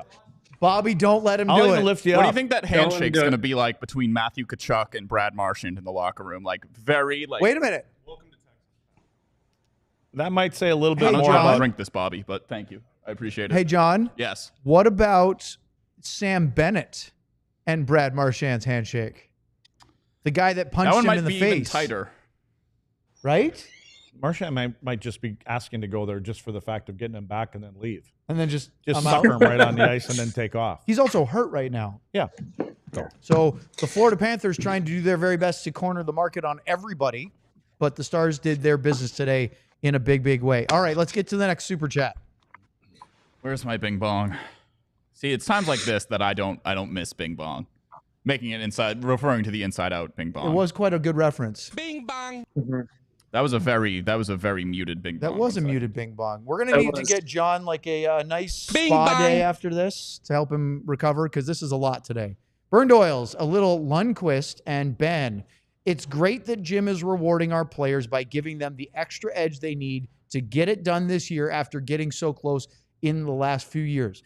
That's an interesting point because there is a line of thought that says, look, we've spent. We don't want to give up all our picks because, Jim has really lined up this whole roster, not past, but veterans with some seasoning, prime, soon to be prime, on their way up, and prospects. And that's the revolving door that you need in the salary cap era, to constantly having new guys coming in as some of your seasoned veterans start to make their way out. He's not overly leaning into, we've got to keep all our draft capital. There's a real push to try to win now. Yeah, and just we got to tap the brakes a little bit. Like, I know everybody thinks, and we all think too, this can be what it is. But again, a lot of things happen in the playoffs. And yes, this is a team that should be right at the top of the list from a favorite to win a Stanley Cup right now, but it doesn't work like that. There's been so many years that the favorite, whether it's at the start of the year, the middle of the year, or something like this, goes into this playoff run and it doesn't work out. So a lot of things have to fall into place, but I think the general manager, the coaches, and everybody else above the players have done everything that they can to give these guys the opportunity, whether it's from the systems that they play and how they go on the power play, spotter, and all this. They put them in a good spot to be able to do this, and so now it's up to these guys, and you're going to need some fortune along the way. I mean, some things just once in a while have to fall into place for you. Let's go to the next one. Bing bong. Michael Moore, a Madonna Cup year. No sleep last night. Got well. Sorry, I got to think that twice because that just didn't make any sense. I'm going to rephrase. He didn't get any sleep last night. Well worth it. That said, how does Matt, Jamie, and possibly Mikhail's deals work? Do you think Jim had some conversations on team friendly? If so, this is a multi-year cup run. So let me rephrase this, Sean, because I think I get where he's going with this. Does the addition of Mikko Rantanen and that salary, 8 by 12, 8 years, $12 million, full no move, which means he calls the shots there. He needs some. Miller Lite. Hold that thought.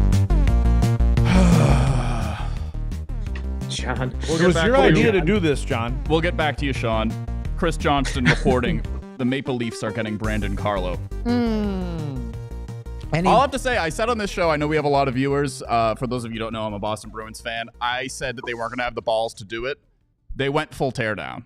Brad Marchand, Brandon Carlo, Charlie Coyle out the door. I would be curious what the return is on Carlo. We had this talk about him, didn't we, the other night, John? We did. I thought he would fit in nicely here. I thought he fit in really nicely here. What do you think the cost was, though? If it had a first-round pick in it, the Stars have used theirs for a while.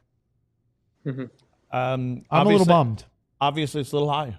Whatever it is, they did a lot today, and it's not there.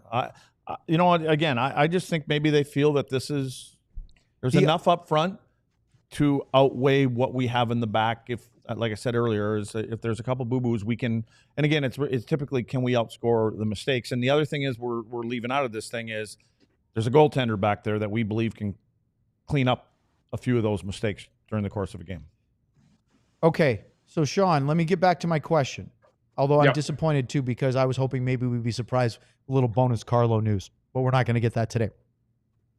Which Dallas Stars do you think might not get a contract for next season or beyond because Mikko Rantanen has been added to the Stars lineup? This is the harsh answer. I don't care. Yeah. This is the harsh. I don't care. They've put together. You've built. You added to your core. I would take Mikko Rantanen over any player that was a pending UFA in the future. Right, but there's the other side is that there are going to be players that we thought might get extended that will now not. Right. And there's guys who might have been extended that Jim finds a way to move to open up space in the future. Radek Faksa was right at this time last year. Radek Faksa was going to still be a Dallas Star. So those are the questions where it's like, okay, we can wring our hands over that right now and talk about it, but I don't really care. Is there anybody that you're worried about that won't get what they want next year? Is there anybody that comes to mind? Not worried about, but I had a suspicion that when you used a first-round pick to get CC and Granlund, that was with the idea that Mikael Granlund was going to get extended. I'm now and you could still do that. it, but I'm just curious. Does that make it harder to re-sign Matt Duchene next year? Let me ask you, how old is Granlund? 31? 33. I'll look 32? Okay. Yeah. Has Granlund had an opportunity to win a cup before? He's 33 years old, just turned it in February. Anywhere he's played, has he had an opportunity on a team to win a cup before that you can think of, Sean? To my knowledge, no. Yeah, no. Okay. You don't think that Granlund's going to come back for being able to work something for both sides? Jamie Benn, I believe, would come back. Matt Duchene will come back. The closest he got was I just think 13, that they're 14 in a Minnesota. spot now. These guys are in a spot where they say, I want to be part of this organization. And there was ground laid because of the way that the organization is to start with. And I think the team is tight. I think Granlund's come into the group, and I'm sure that the Finnish guys have helped all that. I like it here. I like the group here. Am I going to take whatever you want to call it, the team-friendly discount if I want to come back? If they don't win something this year, it's not like they don't have an opportunity again next year, right? And if they do win this year, they have an opportunity to win again next year. Lud's, the longest he's ever gone, 13 games in the playoffs, 13-14, Minnesota Wild. And remember, Minnesota hasn't gotten out of the second round in a long, long time. Yeah. So that's I don't actually have the Minnesota Wild ever gotten to the conference final. I don't think they have. I guess my point is there's guys that are sitting on this team that I don't know if they fall into that category that you guys are talking about, but they're like, this is a good spot to be right now. Right. And this is going to be a good spot to be next year. And you make a too. great point, and Sean does too. Trying to come up with some details on it is for the offseason, because this is about trying to make this team, it's in its best iteration, a Stanley Cup contender to the highest level, right? Because you'll figure some things out. Chicago won 3 cups over a 10-year period. They had cap casualties throughout, and they kept going. Now, the big key is for the Stars, win a cup. That's number one. After that, try not to fall off the cliff like the Blackhawks did. and try to keep it going where you're at least in the mix, if not always winning every single year. All right, John, next one. Oh, He needs some. Miller Lite. he's still loving it. He's still jamming to it. Sorry, Sean's laptop was going to die, so I had to take him off the screen. I don't know where he was before this, but Elliot Friedman, making sure my mic's on so we don't have another your ho, my ho snafu. Elliot Friedman reporting, feel great story. Here in Colorado is bringing back Eric Johnson. Eric Johnson, aging, veteran defenseman. Knows who he is. They know exactly what he's getting from him. Doesn't fly around as much as he used to. Not that he ever did, but you get Steady Eddie back there, and that's probably more of a depth move. Eric Johnson has played 1,000 games in the NHL. He's been with the Flyers since the middle of last year because after not being re-signed by Colorado in the summer of 23, he went to the Sabres, then moved to the Flyers at the deadline, and now he's only played 22 games. I think he's had some injury problems this year. So, all right, that's that depth defenseman that you might add that could help if you need it. Bing bang. Are we getting Sean back, or is he completely gone now? I know Sean will be back. I don't know where his charger is in his home. I'm So surprised he didn't plug his computer in, knowing it was I going can to see. be a Do you guys long want to see show. what Sean's empty living room looks like? That reminds me. That reminds you. Make sure it's plugged in. There's Sean as he went off to try to find that. I hope it is. If not, there's a power strip over there. So, which I don't looks. think I need it. I haven't even looked at it yet. Yeah, you're fine. All right, John. All right, let's go to that. Cam with a Madonna 99 cup here. Remind Jerry/Nico that this right here is how you go all in. You don't trade a generational talent for a bag of chips. In Nill we trust in DFW. Sorry, Bobby. I would also throw in the word intelligently all in. Yes. I would Not blindly all in. No. I think this is well thought out. Doesn't handcuff you going forward in the next couple of years. I think he knows the guys that we've been talking about, what he feels he can get them back into the fold should they want to be next season. Sean, the difference between intelligently all in and chaotically blindly all in. That's big. That's really big. And Jim is in one of those. Well, Jim kind of broke his comfort zone this deadline and traded multiple first-round picks and everything like that. At the end of the day, he did it, and he still kept that ethos of his job is to worry about the future of the Dallas Stars today, tomorrow, 5 years from now. So that is. That's a big thing for Jim. There's the Nill all in and there's Tulski all in. And they're very different. I want to give you guys a quick recap of some things that happened earlier we haven't talked about, but that was already out there when we started our show. Did you guys, wait, Owen, while I was scrambling for a computer charger, did you read Sam's text out loud? I did not. Let me do that. So Sam said, nope, they are reportedly still working on something last minute. That's in reference to, I asked if the Stars had said they were done or not. So they are still working on something that is potentially being processed in the queue. So we will wait until, once we hear that they're done, then we'll sign off. But, okay. Speaking of which. He needs some. Miller Lite.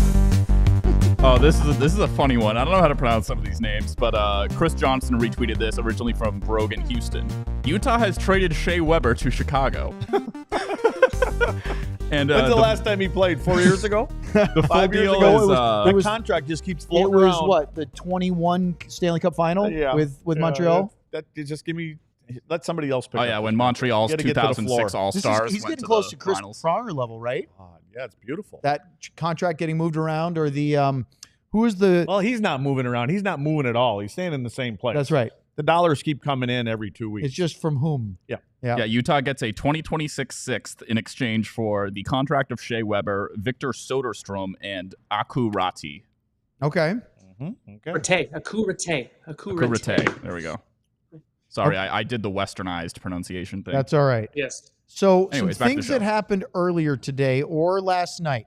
Sean, your buddy, you're a big fan of Jake Wallman. He went to the Edmonton Oilers from the San Jose Sharks for Carl Berglund and a conditional first. And if you guys want to jump in, hi, Vezi. That's This is Vezina, Bing. by the way. Or is that Bing? This is Bing. This is Bing. That's Lady Bing. He has she two woke me up. dogs named Lady Bing and Vezina. I hope Lady Bing is a female. She is. Okay, good. She is 14 years old and woke me up at 5 a.m. this morning and that's why I was able to work on Mikko Rantanen things at 5 a.m. this morning. So this has been my partner in crime for 14 years. And she's also very friendly. I've met her before. Yes. They do say that the dogs take on the look of their owners. Or vice versa. Yeah, it just depends on where Sean's haircut and shaving situation is. So Wallman to the Edmonton Oilers. Any thoughts on that real quick? We'll just do sort of a lightning round of this. It's a pretty wild change of 10 months ago. The Red Wings had to pay a second-round pick to get rid of him. Had to. It was really poor asset management by the Red Wings.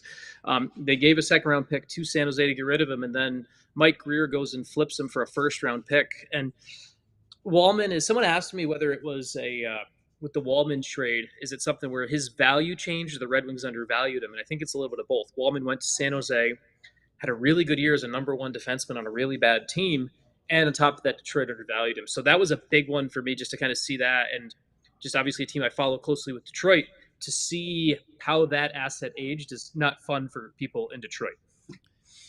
Luds, the Washington Capitals acquired Anthony Beauvillier from the Pittsburgh Penguins this morning for a second-round pick. Washington clearly trying to add some depth to their forward group. Yeah, that's a good way to explain him. Is he's a depth guy, and he squirts around the ice a little bit, but that's all that move is about. Andrei Kuzmenko went to the LA Kings along with a 7th-round pick for the Flyers' 3rd-round pick.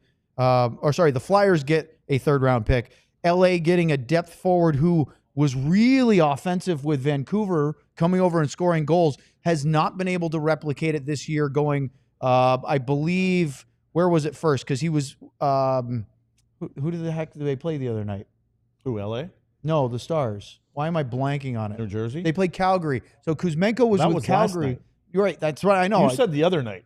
That was the other night. So that was last night. If I'm not mistaken, Kuzmenko went to the Flyers as that trade earlier this year. Next.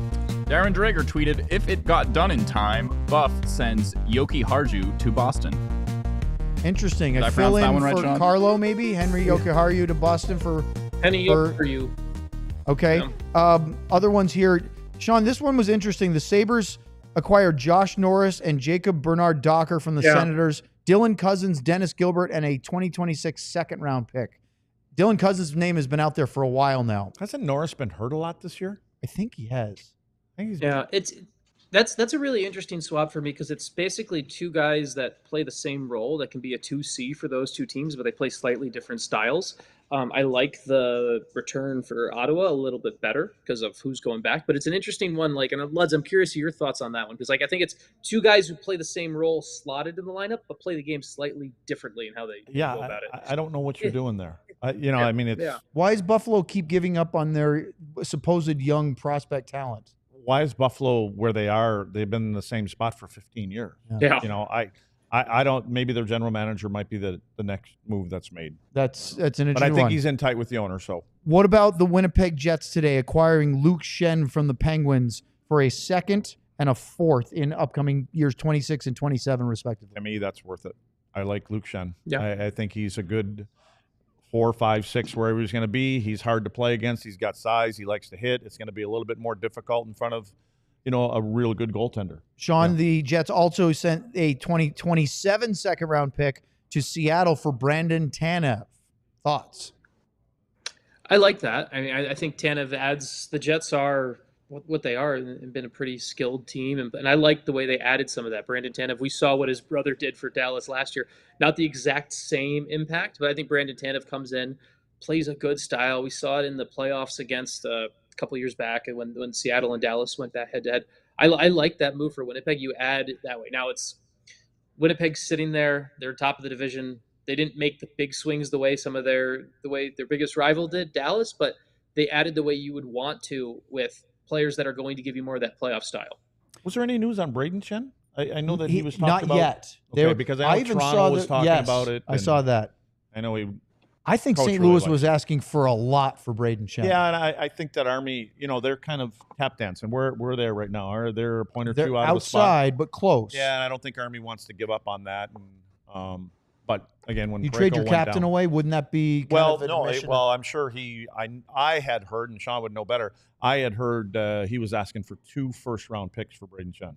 Meanwhile, Which the is a lot, Stars, but- Stankoven in 2 firsts and 2 thirds, and they get Mikko Rantanen. All due respect to Braden Shen, fantastic NHL player, but he's not Mikko Rantanen. No. Correct. What about this? Luke Cunnin goes to the Columbus Blue Jackets from San Jose for a 4th-round pick. Blue Jackets if the playoffs started today, they would just get in. Yeah, and I think they're trying to support that team. You know what I mean? I think you had to be careful with that team. Everything that group has gone through this year together. I don't think you wanted to subtract anything from that because, again, starting with the Johnny Gaudreau situation in the beginning of the year, all the way through this year to be where they're at and be fighting for a playoff spot. To me, if I was up there, I would be saying there is no way I'm removing any of these players that have been part of this process this season. Okay, we're not done with Super Chats, but that's the official trades that are listed on the Puckpedia website so far. There's a lot of other things that have been tweeted about, but I didn't want to list all of those, like Marchand going to Florida, etc. So let's go to our next Super Chat. Bing John. bang. Cam with another one. Let's see. Nope, this is the one we just did. Oh, we did this We one just already? did Cam last. That was our Bing last one we bang. did. So let's go to the next one. Noah with a Heiskanen 99. I know Sean touched on it earlier, but it does feel like a perfect fit stylistically for both Stankoven and Rantanen. Yeah, as I said earlier, it's the Rantanen comes in, gets to play his game. Stankoven goes to a team where he's going to thrive. He's going to be able to step into that system. He's going to be able to buzz right away. He can play second, third, fourth line, whatever line they put him on, he'll play in, and he can go from there. I think Rod Brendamore is going to love Logan Stankoven in Carolina. Let's go to the next one. Bing bang. Jack Attack 030 or 0330.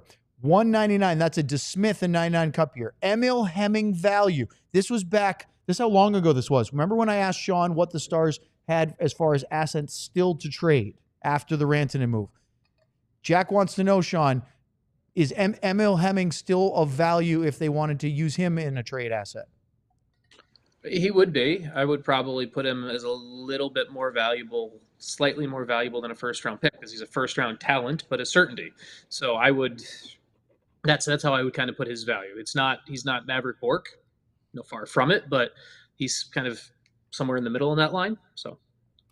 Lud's Andy Strickland tweeted out about 20 minutes ago, Braden Shen stays in St. Louis. Yeah. Just to confirm what we already talked about.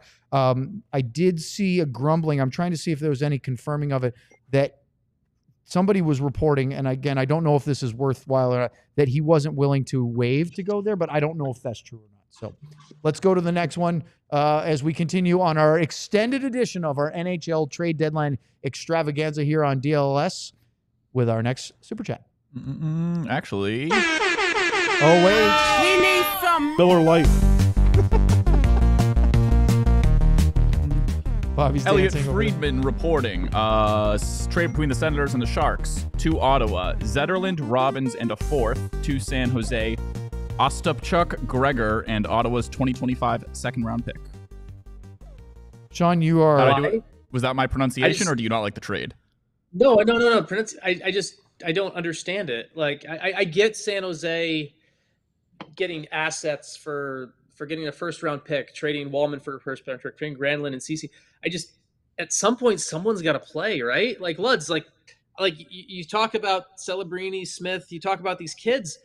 At some point, they got to win some games. You can't have the water just like you can only sell off so much. If you're getting first round picks, fine. But I fear that like at some point you got to give something where these young kids have someone to build around. And like, why are they're going very far in this rip down when they've already ripped down? So I don't know. I think they're going a little bit too far there. Yeah, and like what message are you sending? You know what I mean? Yeah. Like to fans, players. I just.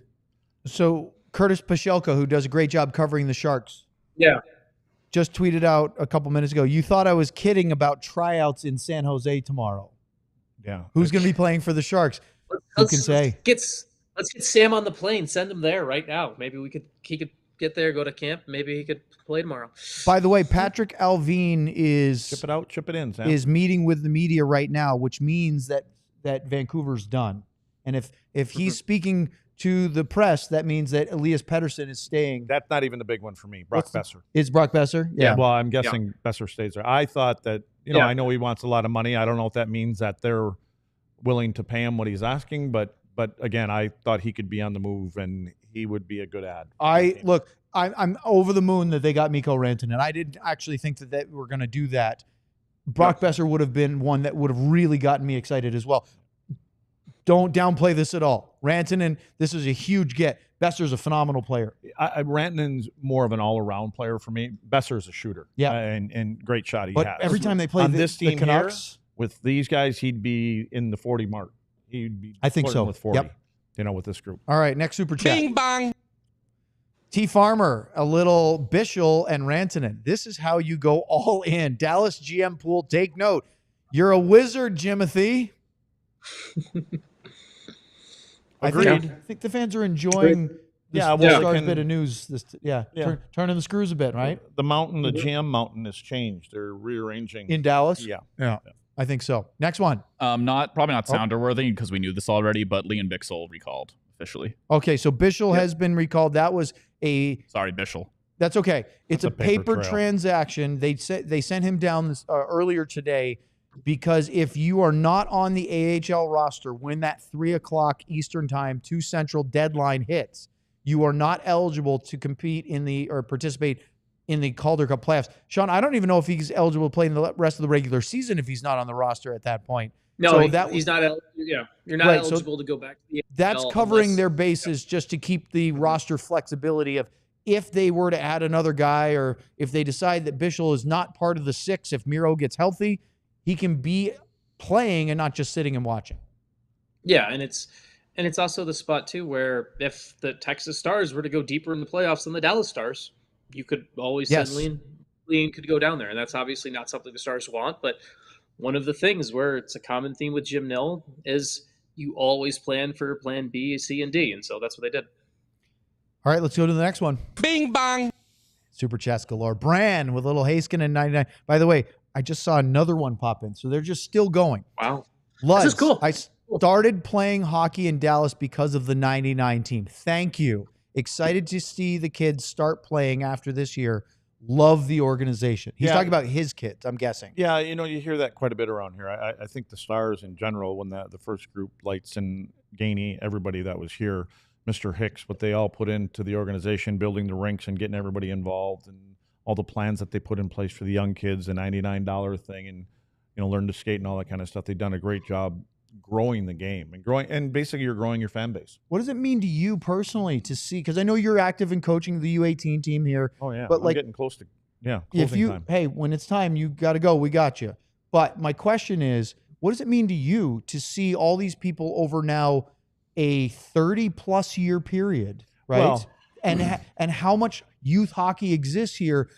We're talking about now full-grown adults that grew up watching, idolizing you, playing because of it, and now their kids are into hockey. Yeah, and I think what really kind of puts a mark on it is when you see the Blake Colemans that you had and the Seth Jones and guys like that are in that. But also the people that you run into in the rinks and things like that. And then their kids are coming back and saying, hey, remember I played for you in this year? I always nod my head yes, but I probably don't really remember those kind of things. But, and my kids went through that whole process now, and then they're doing their thing with hockey too. So, it's very cool and it's one of the reasons that I wanted to stay here, just because of everything that was going on around here and being involved in the sport. And when we first came here going, what are we doing here? And to see where it was when we first got here. Oh my goodness. To now, it's absolutely incredible. And I'm sure other southern markets. How about the difference in the average hockey fan in Dallas's knowledge of the game then versus now? It has to be night and day. Yeah, I've told this before, but I remember one of the preseason games. Neil Broughton, myself, and a couple other guys were sitting in the stands watching the game, and it was one of the earlier games. And the fan, there weren't a lot of fans in the building at the time over there at Reunion, but anyway, there was a couple Cowboys sitting in front of us. And the first goal was scored. And one Cowboy, anyway, they're sitting around. One Cowboy looks at the other Cowboy and says, man, they don't even know how to keep score here. There's supposed to be 3 up there. They thought it was a field goal. like instead of one. And, that just we kind of looked at each other and we were like, oh man, what are we getting ourselves into? Yep. And then they did the best thing is when they started taking Ralphie and those guys at intermissions and then put them on the ice and they were kind of explaining some of the rules and things like that for the fans. And what a difference it is today. I have a good story for you, Ludson, related to this. So when I took my first job in Texas, it was down in Kerrville, Texas, about 45 minutes north of San Antonio, and the photographer for the newspaper I worked for there, his name's Tom, and he was telling me the story. The first time he went to a Rampage game, he and his son go to the game, and they left at the end of the second period thinking the game was over. And so he thought that they watched the first period, the second period, they thought there was halftime, and they just left. And I talked to him the next day, He was a photographer, and the only sports he ever shot was high school football and basketball, so he didn't know anything about hockey. And so I asked him, like, oh, how'd you enjoy the game and everything like that? I'm like, oh, I saw that they scored in the third period. He's like, oh no, it was 2-1 when like there, there was 20 more minutes. There was a full 20 more minutes of hockey left, and he had no idea there was. This was in 2012, I think. This was 2012. So this was, but it's funny to like, and now I remember Tom texted me at one point when it came to watching the NHL playoff hockey a couple of years after that. So it's funny to watch, and it's kind of cool to see people learn the sport even more recently and kind of embrace it. It's pretty cool. Let's go to the next super chat. We do have this again. He needs some. Miller Lite. Whoops. Whoops. Hopefully that didn't just screw up anything. on. Bobby, Doing I great. accidentally just hit the thing that launches the TV breaks. If you need to be aware of that instead of my camera. We're very far into the show, so hopefully that didn't mess. Okay, everyone's yelling at me across the office saying it's fine. The tweet I was going to read was Chris Johnston updating the Brandon Carlo deal. Fraser Minton is part of the package going back to Boston, which somewhat leads to our next super chat, I suppose, Bing from bong. Spaghetts. Hold on, that was another muted bing bong. That wasn't Bing muted bong. thing. There it is. Spaghetts saying, John is a Rhode Island native. I feel your pain. Thank you, sir. That is one of my Pigeons teammates. And he's a good dude, and he's a big Boston fan. Lives here now. Heck of a hockey player. The other night we were short, Luds. We only had I think we had 6 skaters. He played the entire game on defense. Didn't take a shift off. He doesn't drink, does he? I think he might, but not. He's in good shape. I'll put it that way. I'll give it. Attaboy Spaghettis. Okay, next one. Bing bong. Michael Moore. Michael Moore's got about a hat trick by now. What's the locker room feeling? That's a Haskinen 99. What's the locker room feeling right now? Is it pressure or excitement? How does Jamie handle this as captain in their first get together? There won't be a lot of change in how they go about their business. They're adding a player. They're happy that they have the player there. Is there a little bit more pressure because of bringing him in? I think the expectations have been there for a couple of years that they wanted to be a Stanley Cup champion. And I think there's more excitement than there is anything else. And you've got to be able to temper that. And you know that you added a real good piece here. And you've got to make that one individual special piece that you just added today, in particular to him, and you have to make him feel part of the group as quick as possible. And that, again, they have a jump on this because of, the Finns that are all there. So, and I would think that there was a little bit of this conversation going on a few weeks ago at the Four Nations deal, and saying, hey, it's really good here. Mm-hmm. So they're your biggest ambassadors for that guy. I have a photo here of Brad Marchand it doesn't in look a right, does it? Panthers jersey. No, looks like he got his That head caught in a vice. seems weird, doesn't Yeah, it? it doesn't look right. Yeah, Photoshop is a funny thing. Let's go to the next one, John. Bing bong. Dylan with a Haskinen 99. So knowing more about who is getting paid post Ben/Sagan era, who might be the surprise odd man out and not get a contract down the line? Sean already said he didn't care, but Sean, Dylan paid good money. So do you have a thought of who might not get a contract because of it? Yeah, I mean, when we're going to talk about the core, right? It's the interesting one will be the Jason Robertson money is the one that's the biggest question mark, right? Because he's the one who is effectively. We know Thomas Harley is not really replaceable. We know Thomas Harley will get his next chunk of change. Mikko Rantanen being here are you going to be able to afford him and Jason Robertson after the next deal? Is Jason Robertson going to go off and everything like that? That is the kind of the bigger question for me in the long term in the core. It's not this summer question. It's 2-3 years. It's 2 or 2 years from now. So that's the bigger one for me on how that goes. But the Stars could find a way to make it work. The Florida Panthers have taken a pretty hard policy of only signing fourth line that's making $800K per year right now. You could do something like that. You have ways to get flexible. I think one of the interesting questions for Jamie Benn will be, we know Jim Nill says he wants Jamie Benn to be a Dallas Star for life and all of that stuff. In the past, I've heard the Jamie Benn deal could be around $5 million per year, something similar to what Patrick Kane got as a 35-plus deal. The question Jim and Jamie Benn could have is, and they could go to Jamie on this directly, is, we want to keep you, but we got to do what's best for the franchise. Are you going to play for $1 million? And not that he's going to force Jamie out, but like, I could easily see those two having that conversation when it comes to, is that where you find some of that cap space that was taken up with the Rantanen deal? Yep, I agree with that. And Marchenko sat right here and said, we're going to let Jamie come to us. You don't say that unless you've had some kind of interaction, and Jamie's been around this organization obviously for a long time, so he knows how they operate, and he knows that if he wants to be, he can be part of this organization for years to come. Two things. One, Luds, I don't know what your heart out is for the game. If you have to walk off the show, you do it. We got you. Two, Sam just reported through our group text that from Stars PR. I saw something's coming.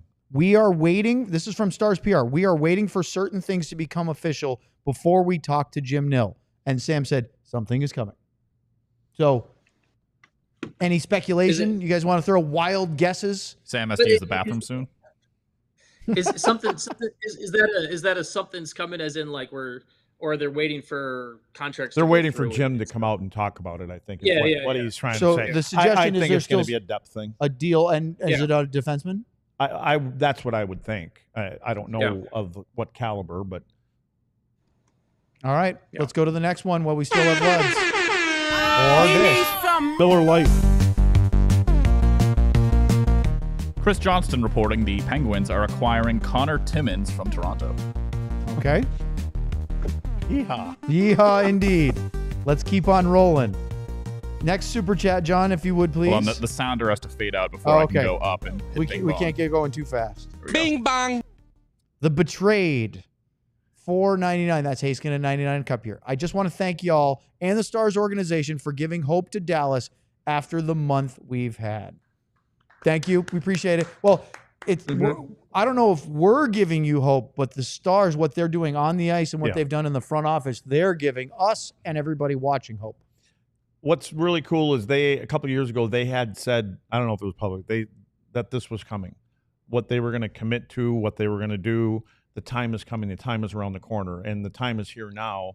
And they live up to what they say. They talk. They were going to do things to the buildings, and everything that they've said, they've kept their word on.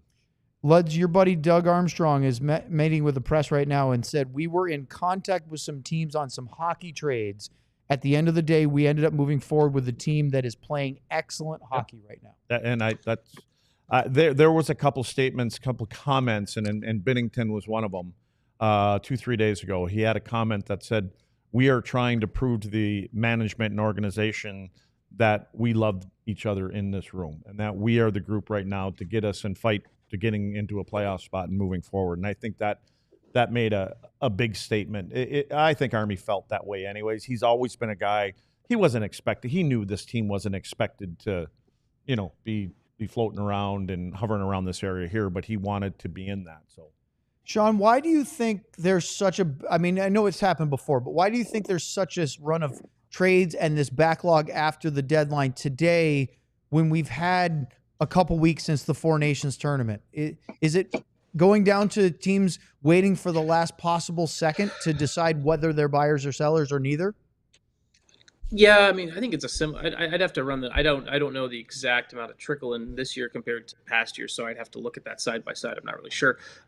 But there was this deadline. There were so many teams that didn't know whether they were buying or selling, and they kind of made those decisions late. Like I know there were some teams who were buyers that called people and called who they thought were sellers, and the sellers didn't know they were sellers at the point. So that was kind of one of the reasons this deadline got kind of all clogged up. And then the Stars getting Mikko Rantanen, there was a lot of teams that were waiting to see how chips fell, and then things kind of the backlog just kind of started going from there. So that's one of the reasons. Just the playoff race is so tight, and there's teams that And GMs had to make tough decisions of, are we buyers? Are we sellers? Are we in? Do we do this? Do we do that? There was a lot of there wasn't as clear of a cut line as there was in many years.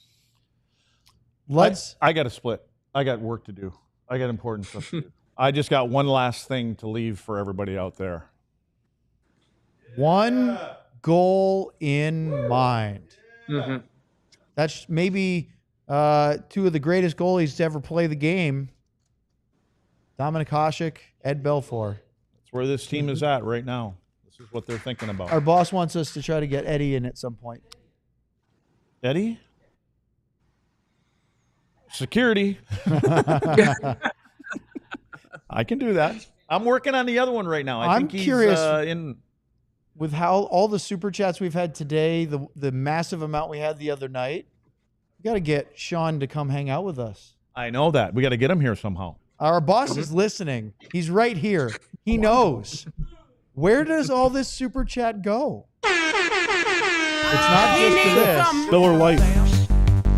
No, this is not from Sam. This is from Chris. Hold on, let me turn it down. This is from Chris Johnson. The Sabres are acquiring Eric Brandstrom from the Rangers for Nicolas Aube-Kubel. Yep.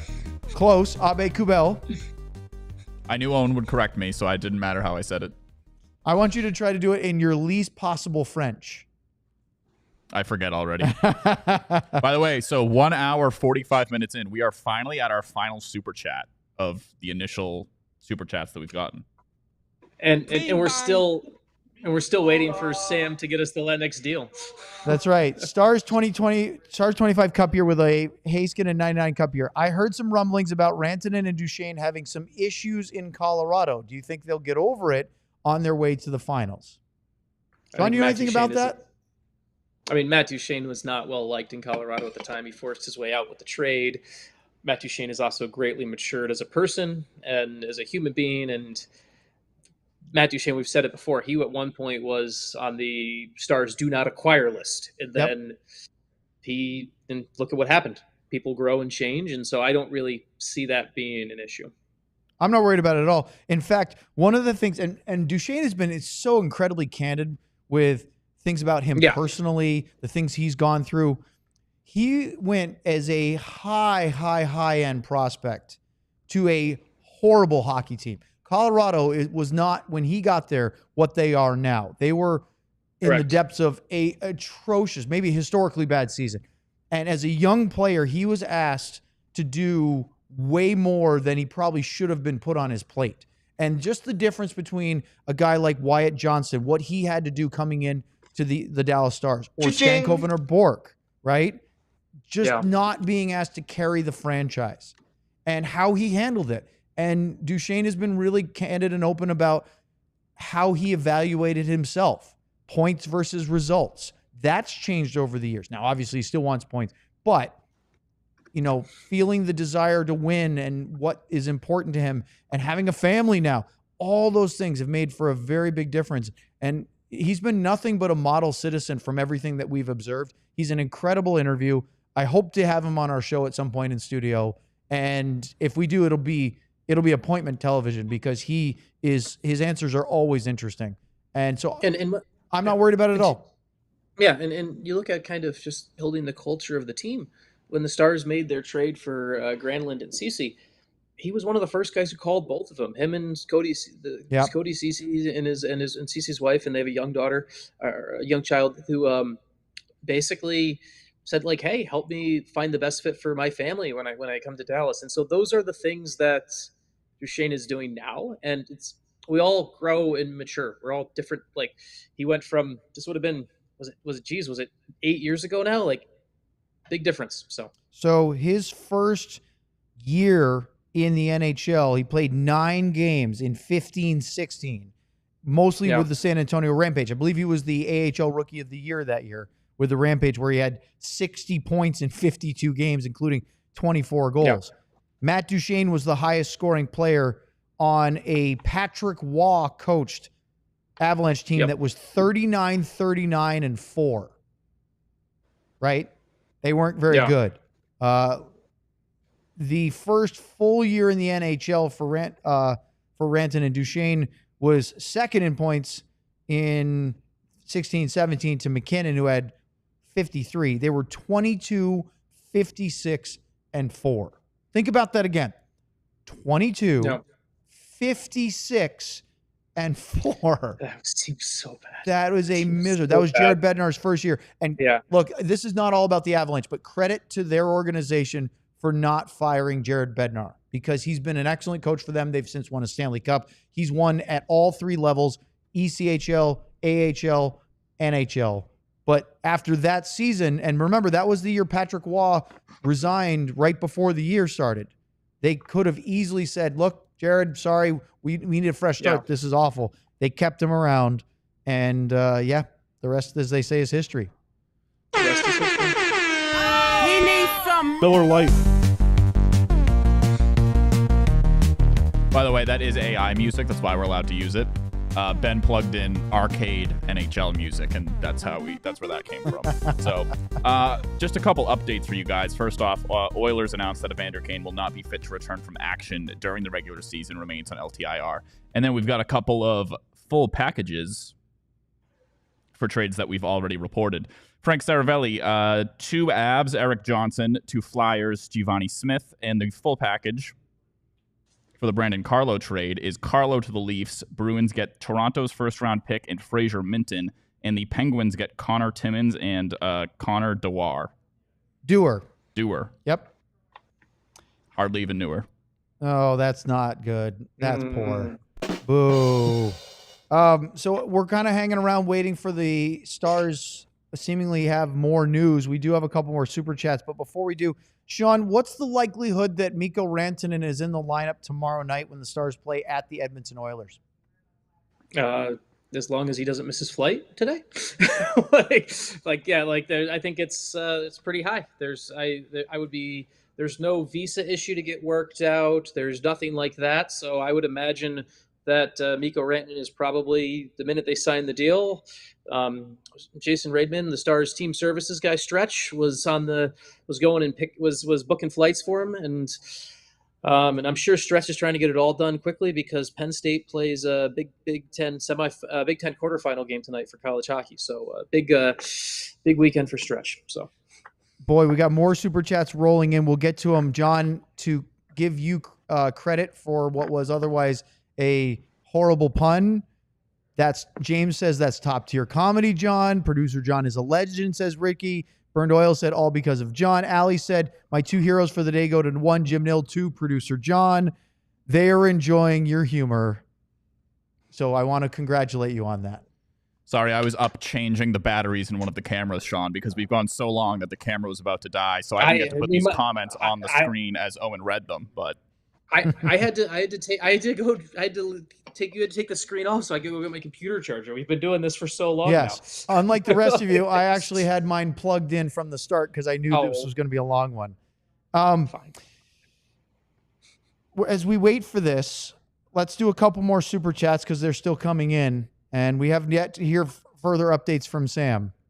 So I'm guessing that they're just in a holding pattern for what's going to be announced.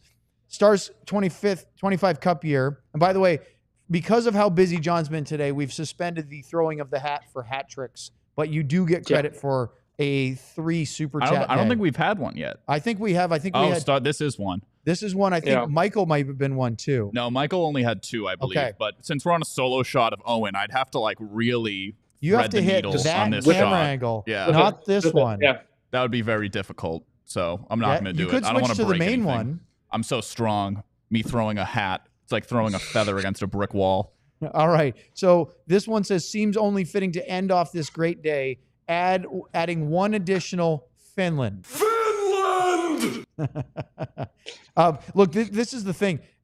We've had a Finnish mafia in Dallas for a while, right? Yeah. Joel Kiviranta is no longer with the Stars. Of course, Jani Hakanpää left. But now they've added Mikael Granlund and Mikko Rantanen, along with Esa Lindell, Rope Hintz. John, I don't know if you have the sounder nearby, but Arttu Huru did play a couple games this year. So, by the way, I got a text from my buddy Spaghetts, who did send out that super chat a little earlier, and he said he got a real kick out of the shout out, and he loved that Luds was saying that he must not drink if he played that much hockey in one game. So he very much enjoyed that. So Bing bang. oh, we got another sorry, one. did you have something? No, go ahead. Another one. This is the last one we have as of now. JT. This is, I believe, JT's second of the day, maybe. I know it's his 10th super chat in his DLLS Stars fandom. He also said he's only here for Sean. Stankoven and Rantanen. Do you think Stankoven / Bork's play in the last 3 months has meant one is moved out versus the other? Did Bork play his way into being kept? I am dangerous. Or on the flip side, Sean, is there something that Carolina liked more about Stankoven, or is it that the Stars were more willing to part with Stankoven than Bork? Now, there was one of the things the Stars like about Bork and the way Jim builds his rosters. He likes having centers because he likes being able to basically dual wield 2 face-off guys on each line, right? And that is one thing where when you look at positional play, that's where Bork adds a little bit over Stankoven. Bork also, I think, has been within the organization. Bork has a little bit more of a. They've been great together, but Bork had a little bit more of the track record. Wins the AHL MVP, has a little bit. Even with Stankoven coming up first last year, Bork had a little bit more this year. So that's part of it. The other part is, and we don't know, so we won't have the truth serum from Carolina. I could easily have seen Jim Nill go on to the Carolina and say, "Hey, I'll give you these picks and one of these 2," and then Carolina got to pick out of those 2. So, it's one of those where I'd love to see have been a fly on the wall for that exact conversation to be able to properly answer this question. Boy, I see a lot of interesting things floating around on there. Mikko Rantanen was actually on the phone with TSN. I'd love to listen to that, but we can't do that while we're doing the show because that would be weird for me to listen to something that you guys can't hear. There is, Sean, a juicy one more meeting this year in the regular season between the Stars and the Avalanche coming up in a couple weeks' time. It is actually about 10 days away. Sunday, March 16th, 2:30 Central Time, Dallas at Colorado, which means Rantanen returns to Denver with Dallas for the first time since his trade to Carolina and then subsequent move to the Stars. One of my good friends is a huge Avalanche fan and an Avalanche season ticket holder, and when they found out that Rantanen was going to be Daniel Sprong traded to New Jersey, by the way. That's fun. I was actually going to let you finish your point that time before I did the sounder. No. But You one-upped our sounder. No, I actually just got texted that, so I don't know if that's out there, but It must be. Well, I knew, and no one texted me. Yeah. So my friend who's an Avalanche fan, season ticket holder, he was when Rantanen left for Carolina, his one saving grace in his mind was at least he went to the East, and I don't have to worry about seeing him all the time like that. And so my buddy Jeff texted me today about it, and after that trade, he's like, "Please tell me this is wrong. Please tell me this isn't happening. I can't deal with seeing Mikko Rantanen that much as a bad guy." Like, it's why, like, think about it. Now there's that Gabriel Landeskog series coming out, but like, think about it this way, Owen. If I had told you that Stanley Cup final in 2022 would have been the last time Landeskog, Rantanen, and McKinnon all played on the same game together, you would have never believed it. And now you'll see Rantanen back in the building as a visitor before Landeskog plays again. And so it's if Landeskog plays again. Well, so, and I saw that he's not going to play this year, Sean. I think that was made public recently, and that he still fully intends to try to play, but it won't be before next year. And now you start to wonder how long before you run into a situation. Look, for Landeskog's sake, he's a great pro. I don't wish any ill toward him at all. I know it's Avalanche versus Stars. I hope he gets a chance to play again just to satisfy what is a really, really long attempt at a knee, knee cartilage replacement and the recovery of it. But it feels kind of like Ben Bishop's sign off in a way, doesn't it? Yeah, it does. It feels a lot like that. Now, I wonder if maybe he gets another NHL game, because the one thing about Ben Bishop's final game was he went to Texas to play a game. Now, one of the reasons you do that with a goalie is because you got to make sure, like you can't put that uncertainty in goal, right? You can try to see if, I wonder if Landeskog tries for one more game, and then we'll see where it goes. But there's that documentary series coming out. I've heard it's supposed to be really good on his recovery. And while he's an enemy and a rival for Stars fans, I've heard it's a pretty good story, and he's someone that just as a human is good to root for. So we have more super chats we're going to get to. I also just sent Sam a little ping to see if we got anything new, because of course Sam's not going to get him going, right? Well, he has to wait and be patient, but we're now an hour past the trade deadline and still waiting for the Stars to have Jim Nill meet. Sam just said nope. So we haven't learned anything new, but we know that nothing's happened, and at least he hasn't forgotten. Do we want to do about us. bathroom breaks? Like, I don't know if you guys have ever seen like a long movie with a group of friends before, but like, one person, there's a camera between Owen and I, so that's why his head's going like that. That's why I but, turned. like one person goes to the bathroom, comes back, they're informed of what happened. Next person goes back. Like, I'll give you guys a super chat, and like I need to go right now. Like, it's gonna happen. Like, I'm going in this chair. So, by the way, know what happens. On a quick digression here, I actually think for movies over 2 hours, if you're at 2.5 to 3, and a lot of them are doing that now, there's nothing wrong with an intermission, right? Why not allow people to refill their popcorn, get another drink, buy some more candy? Bathroom? They had that for The Brutalist, I believe, right? I just think that you could do, an hour and 15, take a break, and do another hour 15 or so. I think didn't somebody make a website once where it listed like the times of like the best time, the optimal time to go use the bathroom? Hi, Kat doesn't like to talk on the mic or on the camera. Sorry, Sam or Sean, I want you to finish your point, but Kat typically will speak on the mic when she's filled in for John, but doesn't like to put herself on the screen. But hey, we appreciate it today. So there's Katya. She is our head of production. She's the boss. Stepping in to help John so he doesn't have an accident and he can run to the restroom. Where are you? I'm in my house. You're in a different room. I have multiple settings in the house, so I can move around. I like that wall. I'm assuming that's wifey. No, the other side. I've got that's which side do I got? I got the the side I can't see. I think she's talking about the plants, not the Springsteen poster. There's a bunch of plants behind me. This is the whole arboretum. Oh, that's awesome. I just came in here to just throw a wrench in it, apparently. That's Sorry. okay. We're good with it. So you wanted to make a point about the intermissions we were talking about for movies before we get back into the super chats. I can't remember which, but at some point I remember somebody was running a website that had like listed times of like, this is the ideal time to leave to go get popcorn. Oh, to like miss a scene. I got you. Yes, exactly. Yeah. So we unfortunately don't have that for this show. So let us do another we've just been piling up today. Super chat. Bing bang. GM Ben. Oh, he did the drooling face. So this is the one that doesn't translate well from the chat to our system because there's actually an emoji of his face. It's really beautiful, but he sent a sticker of a guy drooling for the very generous $0.99. Thanks, Ben. We really appreciate you scrapping and sacrificing.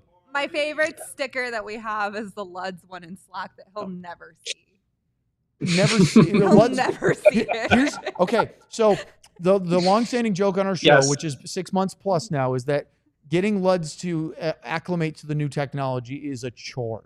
We actually have him in a group text, which is good. He occasionally surprises us by getting into the YouTube chat. But Kat, here's the best part. Luddy got a new phone. Yes. So he has a brand new phone. He doesn't know how half of the new things work. He has Notion and Slack downloaded on the new phone. What? No way. He has them downloaded. I don't think he actually can use them. He probably doesn't even know his password. But at least he has them downloaded. And I have a feeling that John has something to do with that. Do you, John? Probably. Oh, excuse me. Sorry, producer John. That's okay. Oh, God. How's it feel over here? Good. How you doing? Do you want to do I'm on the other side of the picket line for once. You're not even on camera. I know, because I edited the scene so that... Oh, yeah, you did. Now I'm half on it. Luds, believe it or not... By the way, everybody, this is John more like than just your feet up the and close-up. everything. You get to see feet, I'm exhausted. We haven't even. Luckily, I'll have some people in Denver helping me with social clips, but like, I am completely drained right now. I told you we're gonna need him to give a spa day, Kat. We're gonna have to get John to be refreshed, probably a nice massage, maybe a mud bath. I like massages. We got to get him. The owner of my favorite football team likes them too. Go Patriots. Boy. Lud's last night brought up Slack on his phone. And I think if anybody doesn't know what Slack is, it's like it's the internal messaging client that like every company on Earth. It was logged in, but it was logged into a page that doesn't exist within the company. So I don't know how. Like it said, instead of it will say ALLCITY is national. So like everybody who works for the ALLCITY network will be in the national. I've used. That's not nice. Well, I'm Craig Ludwig. Look, we just started He's hour trolling 3 you. of the show. Well, so instead of DLLS on it, it said DLLS Stars, and he claims he didn't do anything. Like he claims. He's like, what? This John, was just here. Technically, I came back from the bathroom and Katya refused to give up my seat back to me. So now I've taken Lud's seat. I want to point out that Ben is trolling John's sock game right now. Right? Lud's launched with his Iron Man socks. I do have Captain America socks exactly like that. And they have the little wings on them. You like the classic Captain America suit? I don't tuck my pants. They were literally like they were running joggers that I was wearing. They were tight to my legs. It wasn't a pair of jeans.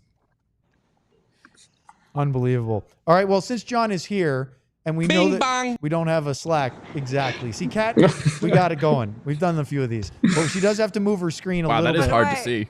I'll just a little bit. Here. That's fine right there. Sure. All right, Ardell with a Ben and 91 Sagan. Oh, that's even meaner. Sorry, John. DFW deserved DLLS. Cardcast Duo is back. What has the DLLS experience been like from your side of the screen? Are we having fun yet? How long have you guys covered Jamie Benn? Boy, there's a lot of questions there. All right, so let's go to Sean first. Yeah. What is it like from your side who have actually never seen the studio? You've never met anybody in this room except for me in person. Yeah, I've met which we have to have changed, fellas. In the room currently, yes. So the one thing. Yes, you have met Luds before. We're no longer doing this show while I'm attempting to navigate traffic, which was not always the safest thing, and the production value is much better. That was compared to the CarCast. That was so you guys didn't have drops on the CarCast. Let me just. For those that are scratching their head going, what are you guys talking about? So Sean used to live in Dallas and he covered the Stars. And we've been friends since we met with the Texas Stars when Sean first moved there. And I was there in the 12-13 season, 2012-13. So that's been... I missed the first game that I would have been at the same time because I got bit by a fire ant and my heartbeat dropped like 6 beats per minute. Didn't you collapse in the supermarket? I did. That's right. Got bit by a fire. Yeah, I got bit by a fire ant. And you discovered an allergy. Yes, I discovered the allergy. So, moral of the story is, there are some people allergic enough to fire ants right here that that they could kill you. So I learned that. Missed a game. It was the Texas Stars were supposed to play the Charlotte Checkers that night. I missed that game, and I was convinced that I had ruined my career because I missed a hockey game by being in the emergency room. So that was. As we do that, we get to know, and we have all sorts of history of being friends now for over a decade. We started, when Sean moved to Dallas, I was here already working for the Dallas Stars. Sean moved up here to cover the Stars for the NHL.com, eventually turned that into doing I impromptu lived in your guest room for like 3 months. Yep. I have now converted that to a full-blown office, but it was a guest room at a time. Wait, y'all were roommates? Yeah, he lived with our house for like, what was it, like a month? Did Sean leave his dishes in the sink? No, I did not. I was good about that. He was. It was a long time ago now. I still lived in Austin. I had put my house on the market in Austin, and basically I was waiting to sell my house in Austin. And so when the team was on the road, I would drive back to Austin. But when the team was home, I would drive up and I would crash at the Newkirk household.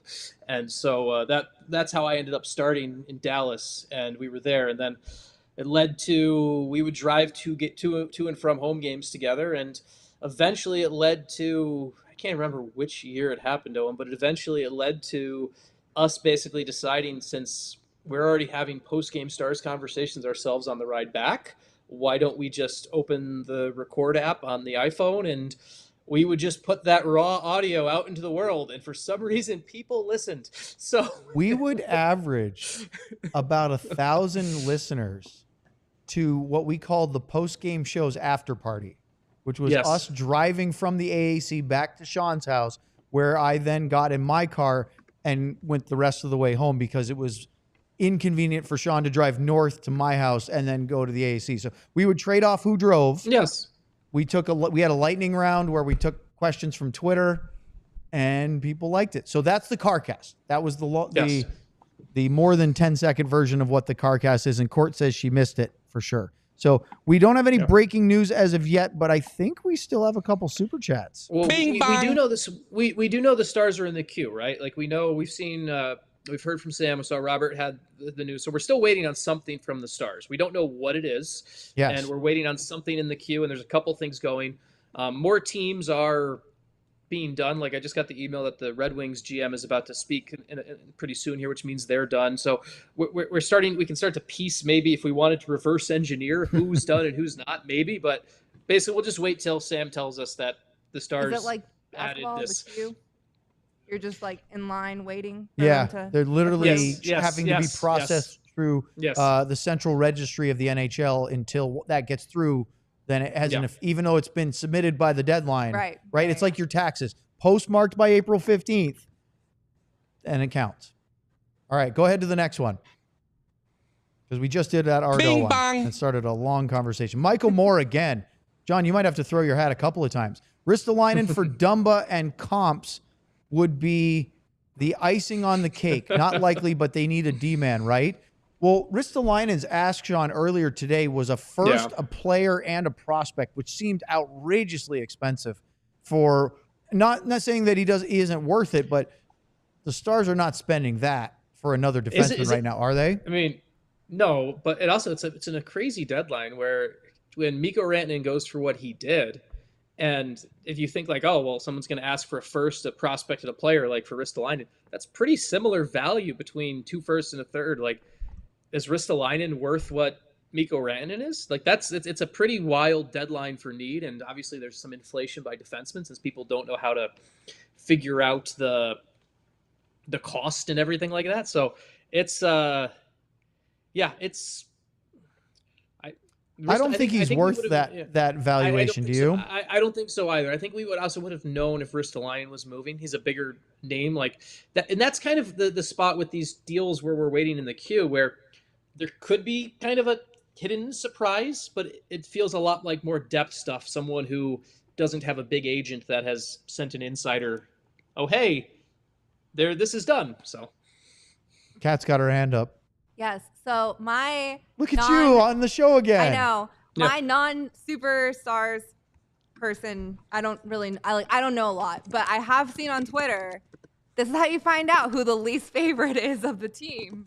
Or of the fans, because everyone was like, please don't trade anyone, but Dumba's cool. He can go. So that's what I've learned the last day, is that Dumba, he can go. We were talking about that on our post-game show last night, because there were a couple moments where Dumba did some good things. And we had a super chat. Luds asked, is this the kind of thing that maybe Matt Dumba is showing that maybe we should be a little bit more patient with him? But yes, you measured the temperature of the room very well. Many fans from the Stars, especially on social media, which usually are the most volatile of them, are happy to use the scapegoat of Matt Dumba and simply cast him aside. It's not that easy, is it, Sean, to get rid of a guy just because the Twitter fans don't want him? I mean, clearly other people didn't want him either. Yes. It's By the way, what happened to that guy from Vancouver? Remember late the other night, there was a guy from Vancouver who there was some report saying it was happening, but it was a small timer and then no one corroborated it. Was it Nash? Oh, no, sorry, not Nash. Suter. Oh, Pew Suter. Yeah, that didn't happen, did it? No. That didn't happen. And we somehow didn't mention it for 2 hours and 13 minutes. You know why we didn't mention it?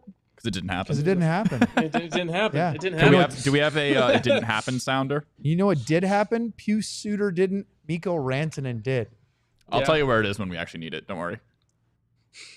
So, John, since you're in It's the not on the drop board because it never made it on there because it was S was hitting the fan. Can I swear now?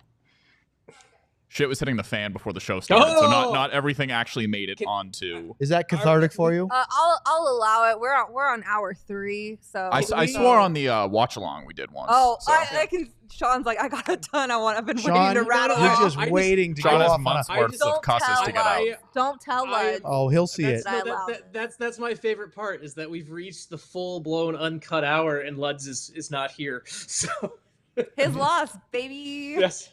A profanity-laced tirade from Sean could be brewing as we speak. I don't know about tirade. I know, but it sounds better than just saying he Yes. might swear Yes. once. Bobby, can I sing that Blink Yes. 182 song with all the swears in it? Okay, can't do that. Oh, okay. Sorry, WFAA plus audience. Bing bang. No, another one. We have another one. Michael Moore again. $4.99. As a season ticket holder, I love how the Stars take care of the team. I can't wait for the gym lunch Q&A. I don't know if how many NHL general managers do this, but Jim Nill has done it regularly on an annual basis where he'll get together with season ticket holders at a lunch where they serve food. That's typically what lunch is, and answers questions from season ticket holders. I mean, I can't even think of a counterpart GM, sorry, Bobby, who might be in the market that doesn't even meet with the press or go to the game and show his face. This GM is having season ticket holder lunches, Wouldn't Q&A, like a town hall. Wouldn't know. Sorry, That's Mavs pretty- fans. That's fine. Sorry. I'm sorry. Fine. I have a good story related to this about how another GM operates in the NHL, not the NBA. But it was when they were getting ready to open the new building, the UBS Center in New York for the Islanders. I was there I think like 5 or 6 months before it opened, and there was like a season ticket holder pick thing. They were doing a media tour, and like the owner. I know it's what is Ledecky's first name? It's Katie Ledecky's uncle who owns the team. He's Isn't it Jonathan Ledecky? John Ledecky is speaking and he's speaking there and By the way, Luds knows him. Yeah, and he ropes Lou Lamoriello into speaking to the season ticket holder spot. So, but he ropes Lou into speaking. There's about 8 or 9 media members there who are waiting for tour. We're like, well, Lou's going to speak in 5 minutes. Before that happens, Islanders PR comes over, grabs all of us literally one by one, brings us out of the room, closes the door, stands there security style. There's about 6 minutes of, I'm assuming, Lou Lamoriello speaking. They then open the doors and Lou is gone. But they wanted to make That is sure that it was there and only there. Yes, it was there and only there, and I can only imagine if they probably like smashed any phones that were held up or anything like that. So I have a food report detail, Sean, which we get excited about. I both of love us. We do, food we do. reports. Ardell in the chat, Cat, says that's the season ticket holder experience we choose every year. It's free fajitas too, Cantina Laredo, Ooh. hella yummy.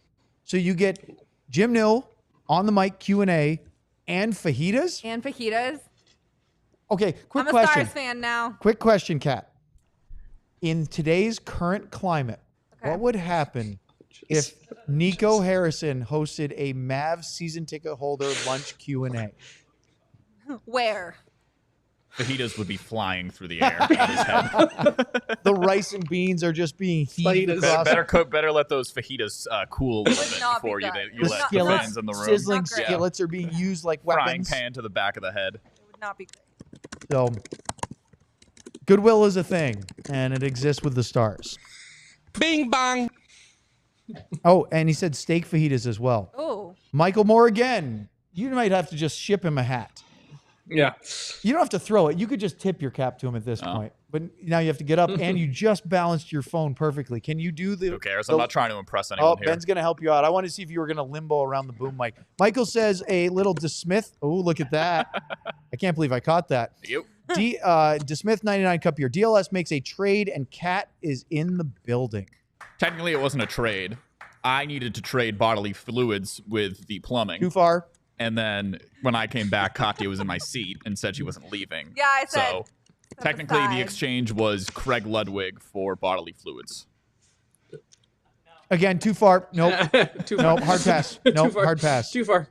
All right, Kat, let's get to the next one quickly. We need to erase that Bing from our bong. memory. Teddy, a Lundqvist and year after the cup, or I don't say this in front of Luds as much because he didn't like it as much as year after the cup win, the year Luddy retired. Teddy said, it's 2025. Can the NHL queue not be faster? Is the NHL using a fax machine? Well, until a couple years ago, the Stars plane didn't have Wi-Fi. So they do have Wi-Fi now. I actually got that update. There was a while the Stars team plane didn't have Wi-Fi, and so that's why Jim could never fly on the team plane close to the deadline, because you couldn't be in the air without access to other GMs. But he didn't do it today either. No, he didn't do it today because you're there. But like there was times where in the past, with the Stars team not having Wi-Fi, there would be like the first 3 or 4 days before the deadline, Jim would fly commercial because you couldn't be in the air if like Doug Armstrong texted you or something like that. Yeah, you can buy the Wi-Fi on those. I remember the Mavs plane didn't have Wi-Fi for a while, and then when they did, everyone was like, "Holy moly, we can do work on the plane!" Yeah. Are all NHL GMs required to have iPhones? Do you guys know that at all? As opposed to like an As Android? opposed to like, you know, a green text that isn't able to come through when they're Where's in like Bobby? the doldrums of of like an arena or something. That's shade on. That's a great question, because now I need to get a GM who will actually tell me. So there is the league-wide GM group chat, and I have multiple questions about. There is a league-wide. It exists, and I have multiple questions about it that I know it exists. I've yet to get a GM to answer questions for who is the administrator of it. Like I want to know, like if a GM gets fired, do they have to remove themselves from the group chat? Or do they get like? Oh, who administrates this? Well, who's the Yes, isn't Luddy's guy the longest tenured GM, or is it the Jets? Armstrong? Yeah. Wouldn't the longest tenured GM have to administer the group text and then like if to pass it down? so to if, I think seniority? is Shovel Day off the longest tenured, Sean? I think so. Yeah. And then Armstrong. So if Shovel Day off got fired, he would have to hand the group text over to Doug Armstrong, and then. Yes. Armstrong, I don't know where he is on the spectrum So of like young Doug kid to Craig Armstrong- Ludwig for handling technology. Yes. Doug Armstrong He has- is the longest tenured NHL GM, July 1st, 2010. So he is into nearly 15 years. We'll have to have Luds ask him about that then. Yes, that's right. And then Cheveldayoff is second. Do you know who's third? I believe it's Jim. It's Jim Nill. Yeah. So at some point, And do you know who's fourth, John? It is Don Sweeney. It is Don Sweeney of the Bruins. At some point, they could have Jim could be the arbiter of the GM chat. That would be we meet him in studio to talk about that. We're out of super chats. And we need to do that Shady Rays thing at some point. Oh, yes, we do. And I told you had to remind me again, so I'm glad you did. Quick fun fact as I scan the GMs here. I have to go show Katya where that is. Do you want to know what's crazy? My phone died. I'm going to go 1, 2, charge it. 3, Make this point for the people. Lou Lamoriello is the 6th longest tenured GM in the NHL with the Islanders from 2018. He is on his 3rd NHL team since I got to Dallas. Right? He was the longtime GM of the Devils, then Toronto, then the Islanders, and he is that high up. Sean, we did a big segment during the show back before the season started about the coaching carousel and how quick that turns over. But the GM carousel is like it's never been before. Yeah, if Martin St. Louis for the coaching, for the GM carousel and how things, the coaching one, the GM one is there's 2 types of GMs. There's ones who have the legacy job, like a Steve Yzerman in Detroit, where his past history is going to help keep him there. And then we have others who kind of get the quick hook. So it's a brutal position, and there's some people who made some really bad decisions today. So someone will be fired for their decisions made today. Not Jim Nill, but somebody will be fired for their decisions made today. Yes, not Jim Nill. Are we doing this? We should do this. I had a very brief tutorial. We have a new feature, so I want to do it. It's called The Shady Rays, the future is bright.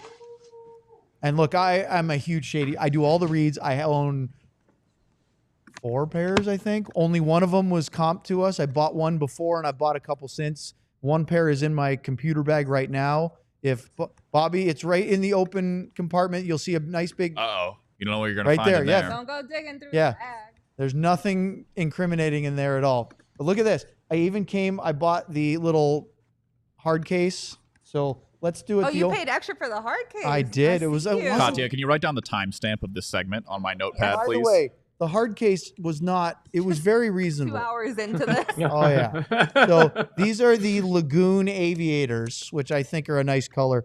And look, I can't relate because I don't have cats' long hair, but these are tangle free. So you could throw these on your head. Oh, I can confirm. I have mine, and yes, they are. And it's They will not get caught in your hair. Now, Bobby, of course, who's got probably the shortest hair of us, maybe Ben, there's no way you're getting those tangled anyway, but you don't want to see that. So the Playoff future is beards? bright. Okay. The trade deadline has passed. We're still waiting for the Stars to do one, but they acquired Mikko Rantanen, and they were able to hang on to young rookie forward Maverick Bork. Yes, it did cost them Logan Stankoven and a couple firsts and a couple thirds, but they did not have to mortgage the entire future to acquire a top offensive talent in the league right now and then extend him for 8 years at $12 million per year. Sean, before we do our outro on this, regardless of what they had to give up, the future now and in the years to come is very bright for the Dallas Stars. It is. It is. And it's between, you've got some of those young members of the core that you didn't lose with Bork, Bischel, everything like that. Rantanen, you get 8 more years of this. Like, it is a team that is built to win today and tomorrow. Like, we talk about cup contender for this year. It's a 3, 5, 6 year window now with what they've done today already. So, exclusively for our listeners, Shady Rays is giving out the best deal of the season. Head to shadyrays.com. Use the code DLLS for 35% off polarized sunglasses. Try for yourself. The shades rated 5 stars by over 300,000 people. And they really work. Hey, can you guys be quiet back there? We're in the middle of a show. It's a little disrespectful. That's my producer right there. Fist bump for that. All right, John. Yeah. He's got our Get your butt back. back in this seat. Oh, you're leaving now? Yeah, Is it I time for am. you to go home? Yes. I think Yes, it is. So, as we continue to wait here, because we know that the Stars still have something cooking. Yeah. Sean, we speculated a little bit about it. I think, we're throwing stuff against the wall here. Is it worth suggesting that it's not the big swing of defense that we said could be possible? We know it's not Brendan Carlo, right? Mm-hmm. Is Noah Dobson still in play? Is Jacob Trouba still in play? Or Henry Jokiharju was one that you would tap. Yeah. He's off the market. He went to Boston. I just feel, since we've gone this deep in this, since we're this deep in the show, we could look up. Have the Ducks, has Pat Verbeek spoken yet? Because we could start looking that stuff up, right? Well, I have a list I can look to. The problem is that unlike Pat Verbeek is about to join the Ducks stream post game show. Okay. So if he had traded Trouba, he would still be waiting in the queue. So it's not that. Has Lou Lamoriello spoken yet? Because this is how we can start reverse engineering this. Oh no, he didn't about to. He's going to address the media at 5:30 Pacific time, but he's already joined their stream post trade deadline. Yes. So let me ask you this: while you look that up, Sean, are you surprised that John Gibson wasn't traded? Since we talk about the Anaheim Ducks. Not really, because I think the return. I think the cost to move him is tough, and some of the other goalies that moved, like Peter Mrazek goes to Detroit from Chicago. There's goalies that have a little less that aren't for that long term. And I think that's the fear with Gibson right now is the term. And if you were going to go with a guy for a term like that, maybe you go knock down Doug Armstrong's door and try to get Jordan Binnington. So, what about so getting back to the Stars and defense, right?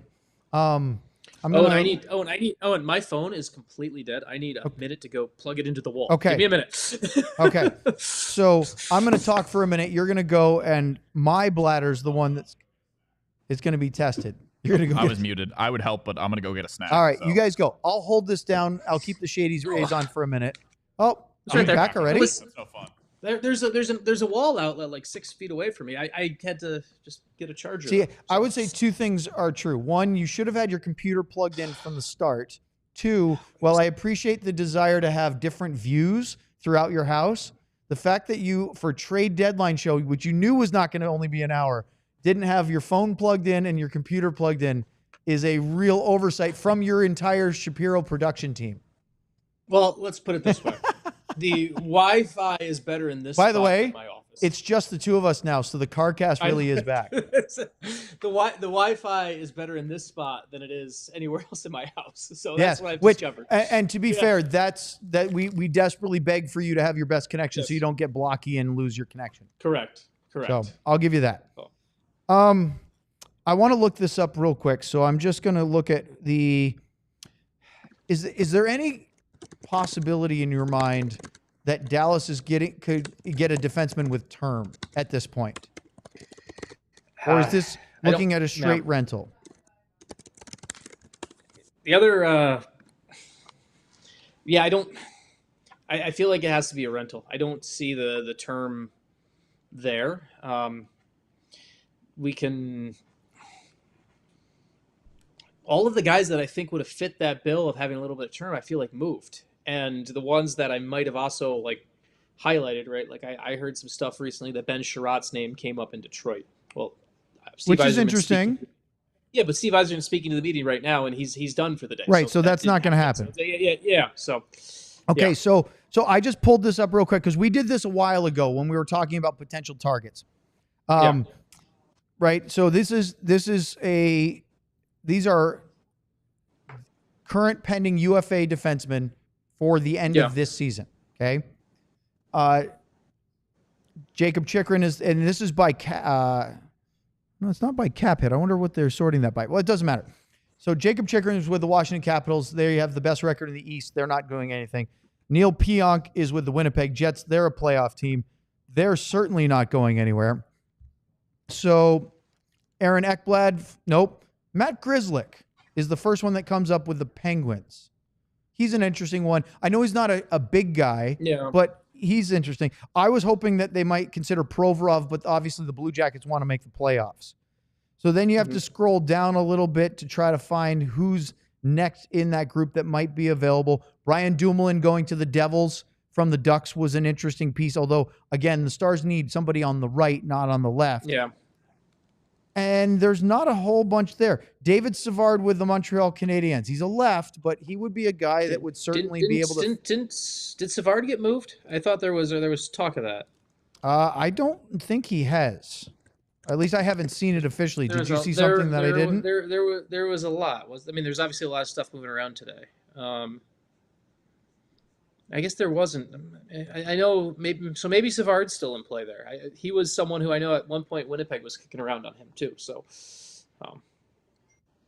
Luds just texted our group and said, I don't know if he knows. He said just got off the pod now game. He's a regional. So was he watching? He might have.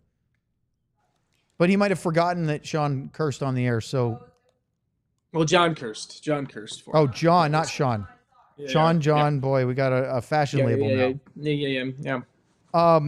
The Devils acquired Dennis Cholowski, Sean, from the New York Islanders for Adam Beckman. Yeah. Boy, that moves the needle, doesn't it? Oh, yeah. Is Sam just sitting still right now? Like, is Sam just sitting in the room? Because he could join us. Yeah. Like, if he's just John, hey, John, let him know he can pop in and say hi for a minute. Yeah. Sam. Like, yeah, if he's hanging around. If he's just hanging around. So just skimming this a little bit more. The latest thing we have, by the way, is from Frank Saravelli. He says, if you've noticed, neither Dallas nor Carolina have officially announced the Rantanen deal, not expecting a hiccup, but it hasn't been processed yet by NHL, still in the queue. So maybe, is that it? Is it just simply that he's not done until it's done? I guess. I guess my question is it possible that there aren't any further deals? Does Jim Nill not have an iPhone? Is that the real hiccup here? He has an iPhone. Jim Nill has an iPhone. Okay, it's the blue bubble, not the green one. Sam, I was just going off. Sam and Robert said there was a call there, but maybe I misread that as they're just still waiting on the call for Rantanen to go through. Well, that's what I'm curious on. Is it simply that? Is it not that Dallas is doing another piece of business that they just have to wait until their deal is official? Because we have not gotten that official release from either team announcing it, even though all of the insiders went with it. And we are still at almost 700 people watching this, 2.5 hours in right now. So, the dog's waking up behind me. So I'm going to take off the Shady Rays, even though I very much enjoy them. She took a whole nap the entire time. So. Should we hit another like spike, Owen? Yeah. We'd like to do another like spike here on the pod as we get well into hour 3 of our trade deadline extravaganza. We lost Craig Ludwig because his U18 team that he coaches has a game, so he had to take off. Sam is still in Frisco. We might check in with him if he gets our message. And, of course, Sean and I are still here for now. And we're waiting to see if the Stars are doing another deal beyond the Mikko Rantanen acquisition from Carolina. See that logo down at the bottom of the screen, right over there? Well, it's off camera right now. There. Sean can show you that. Hit that, the thumb on the thumbs up just below the video of our YouTube broadcast today. There's lots of you watching.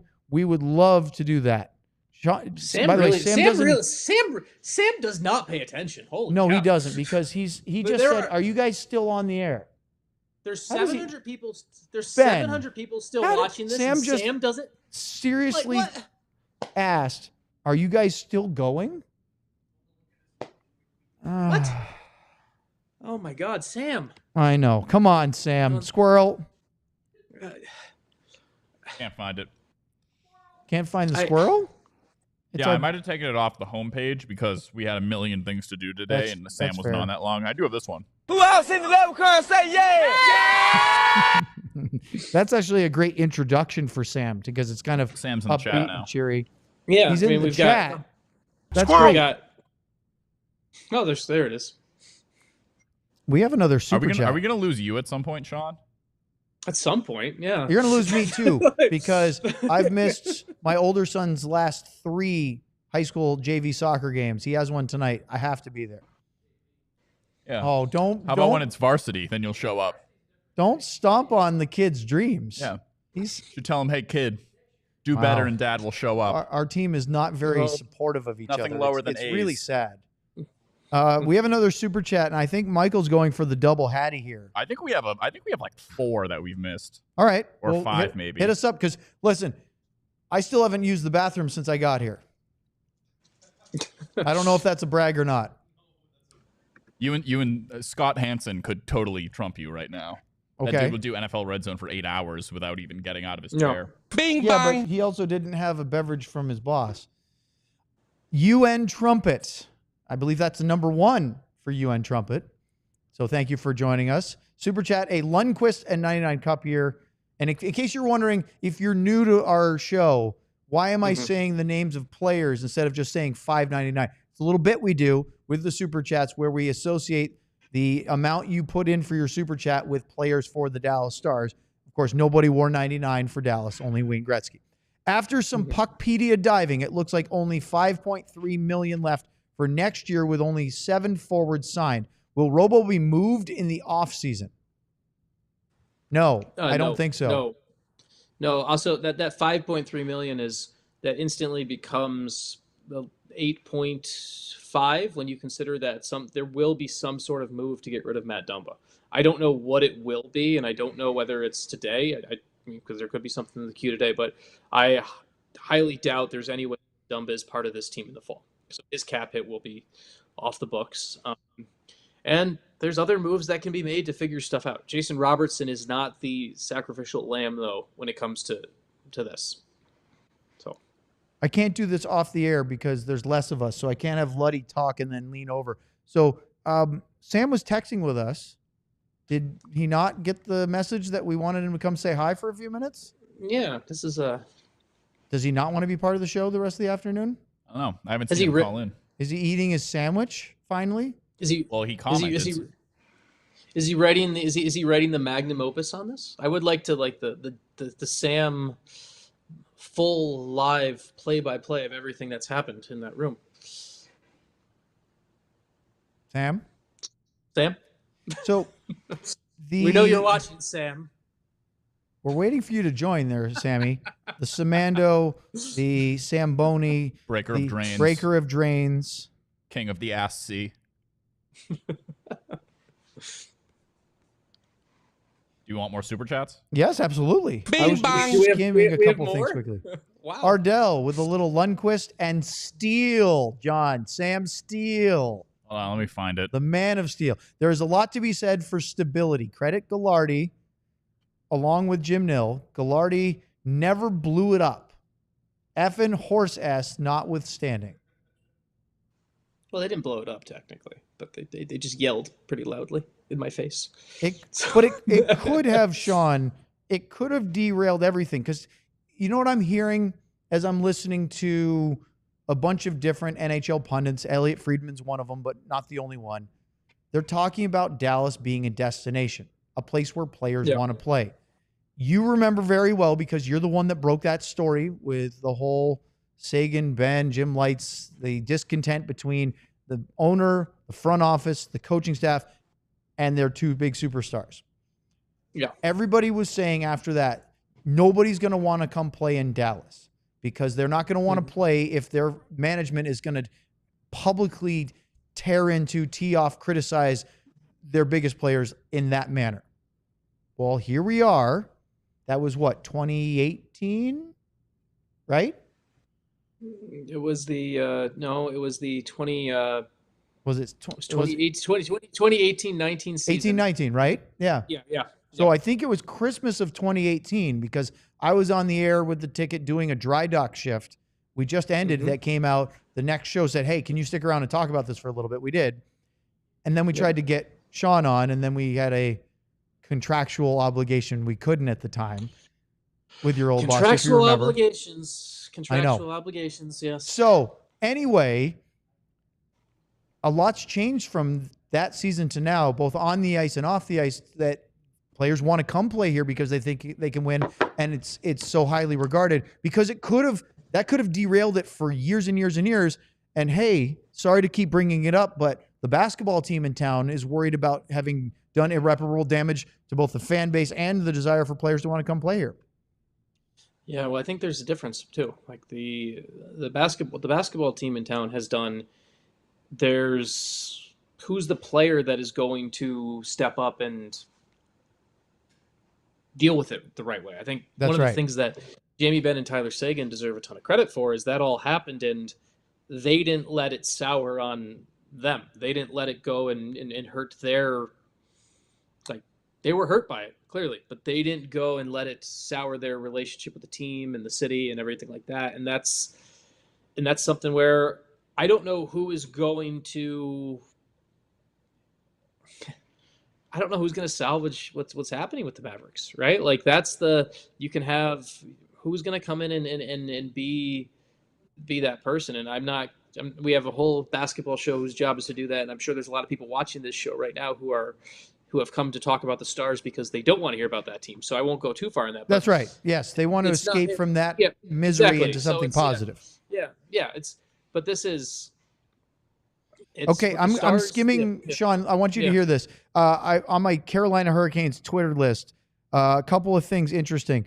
Eric Tulsky, the GM of the Hurricanes, is speaking now to the media. He said the organization is based on taking an aggressive approach, on taking chances, taking some risks. Says trading for Rantanen was a risk the Canes were willing to take, and ultimately it didn't work out. He said on Rantanen not opting to extend in Carolina, quote, "My feeling is that this just didn't feel like home for him."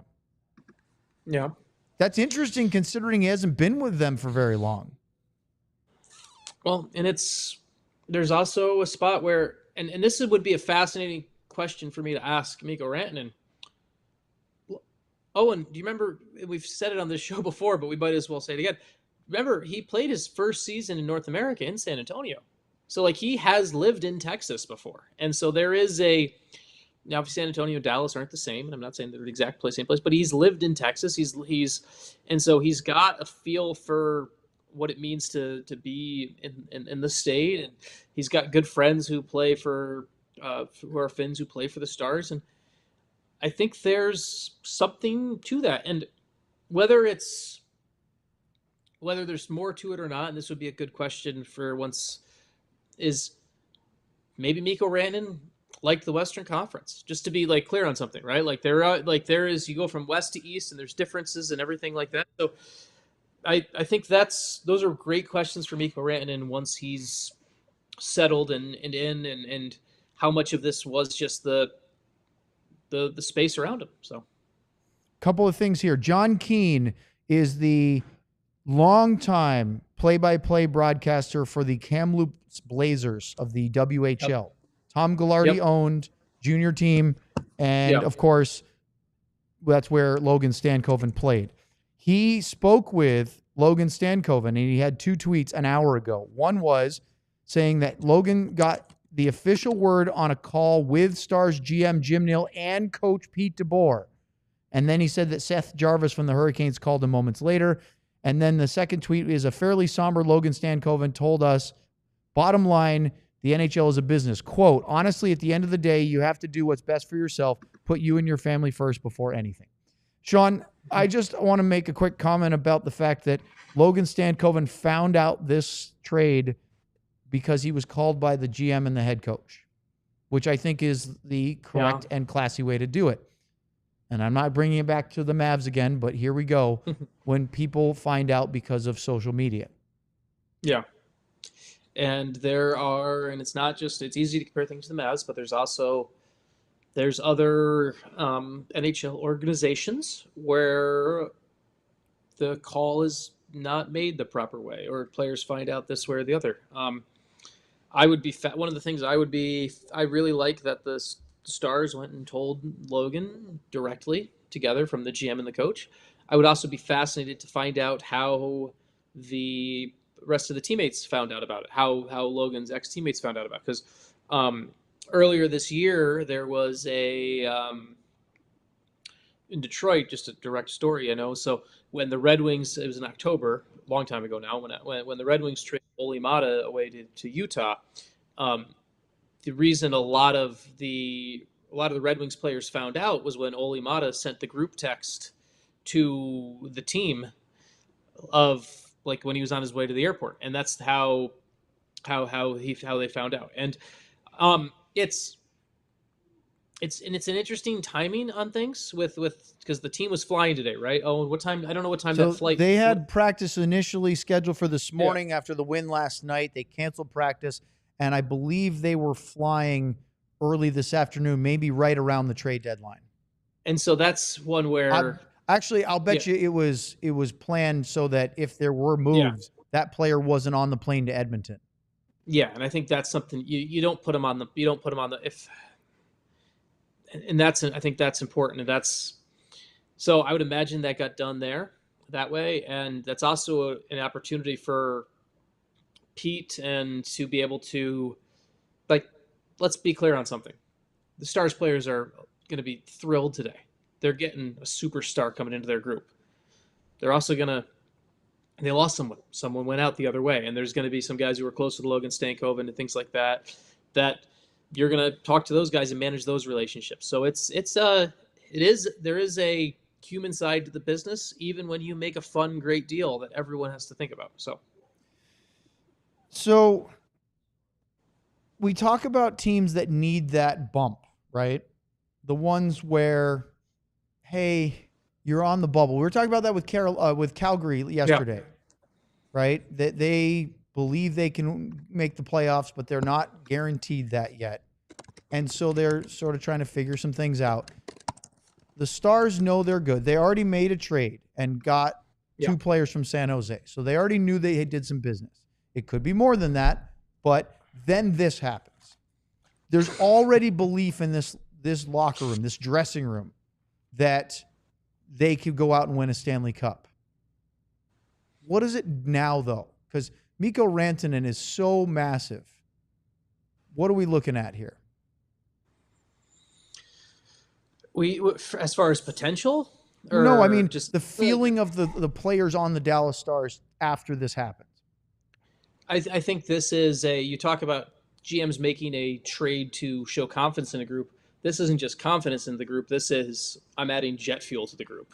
So that to me is, there's going to be a lot of really excited players about this. Some of the Finns I know have already gone and texted with Mikko Rantanen, and they're excited about it. And he's going to step right in. And it's, when it comes to kind of these team groups and these organizations and everything, I think what happened with Mikael Granlund when he came in is going to be a good example of how the infusion of a player is going to come in, where Esa Lindell, Rope Hintz, Lemiro's obviously hurt right now, but they're going to be the guys that are going to bring this guy in. Like, I remember, like, a good story is, I remember the 2016 AHL All-Star game is in Syracuse, New York. Randomly, I was there.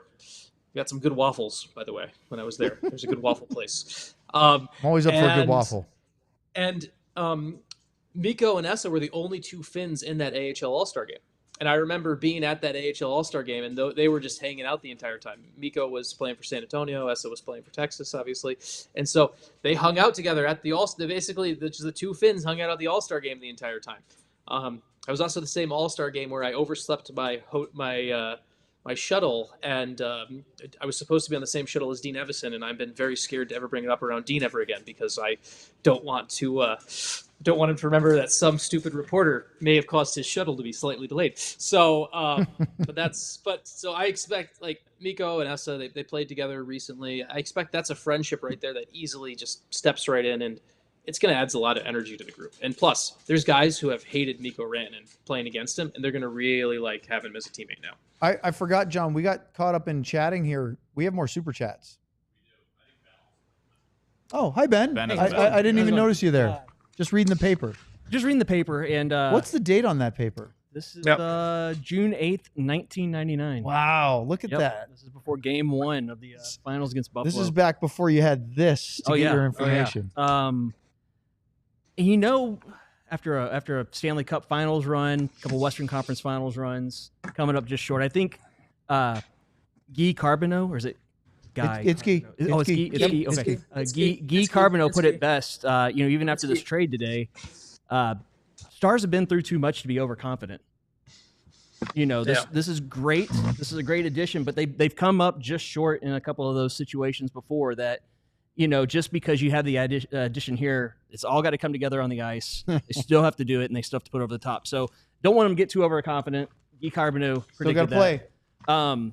No, I was just going to say to you guys, I was spying in on our friends over at DNVR. Oh. And they're like... Our Denver All-City folks. They're like 3 hours into their show, too. Okay. So, first off, as y'all's boss, you're not going off the air before they do. So just be ready. Somebody call DNVR. Tell them we'll make a deal. I had a movie ticket tonight that I already canceled. Chicago bailed already. Philly already bailed. CHGO, PHLY, they're done. That's not their fault. No, I don't care. We're not going to be the last one. PHNX. We're going to be there. Team bailed, yeah, too. PHNX, their trade team deadline bailed show on ended them. a long time ago. The owner of their team bailed on them.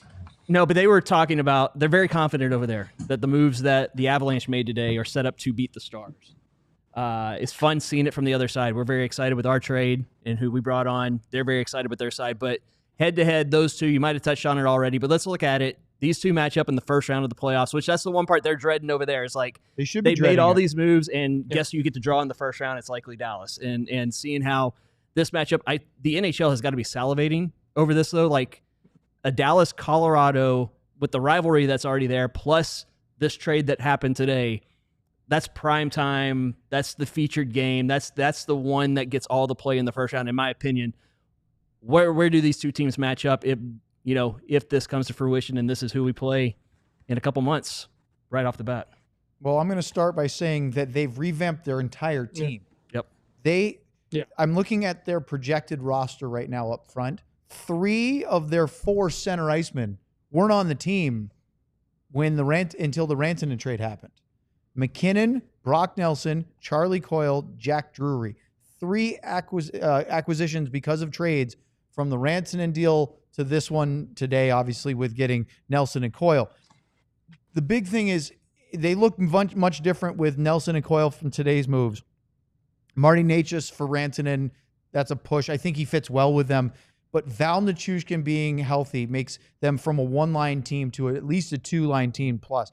So, Sean, they've got a projection of the second line after Lehkonen, McKinnon, and Necas being Nichushkin, Brock Nelson, and Jonathan Drouin. That's a pretty good top 6. Their third line of Logan O'Connor, Charlie Coyle, and Ross Colton does not measure up to Jamie Benn, Wyatt Johnston, and Mikael Granlund. I'm sorry. Yeah. And then their fourth line, Yoel Kiviranta. We love Kivy. Jack Drury, Jimmy Vesey. That's the reason why the Stars went and added the depth, is because they have great top 6 guys, but not many teams have what I just mentioned on the third line, and then Dodonov, Steele, Bork compared to Kiviranta, Drury, and Vesey. Sorry, it does. Look, they have the best offensive defenseman on the planet in Cale Makar. But the Stars with Miro Heiskanen, and if he's recovered, which that's a big if, I just think they're right now. They did add Ryan Lindgren, Sean, to complement Sam Girard and Josh Manson and Devon Taves.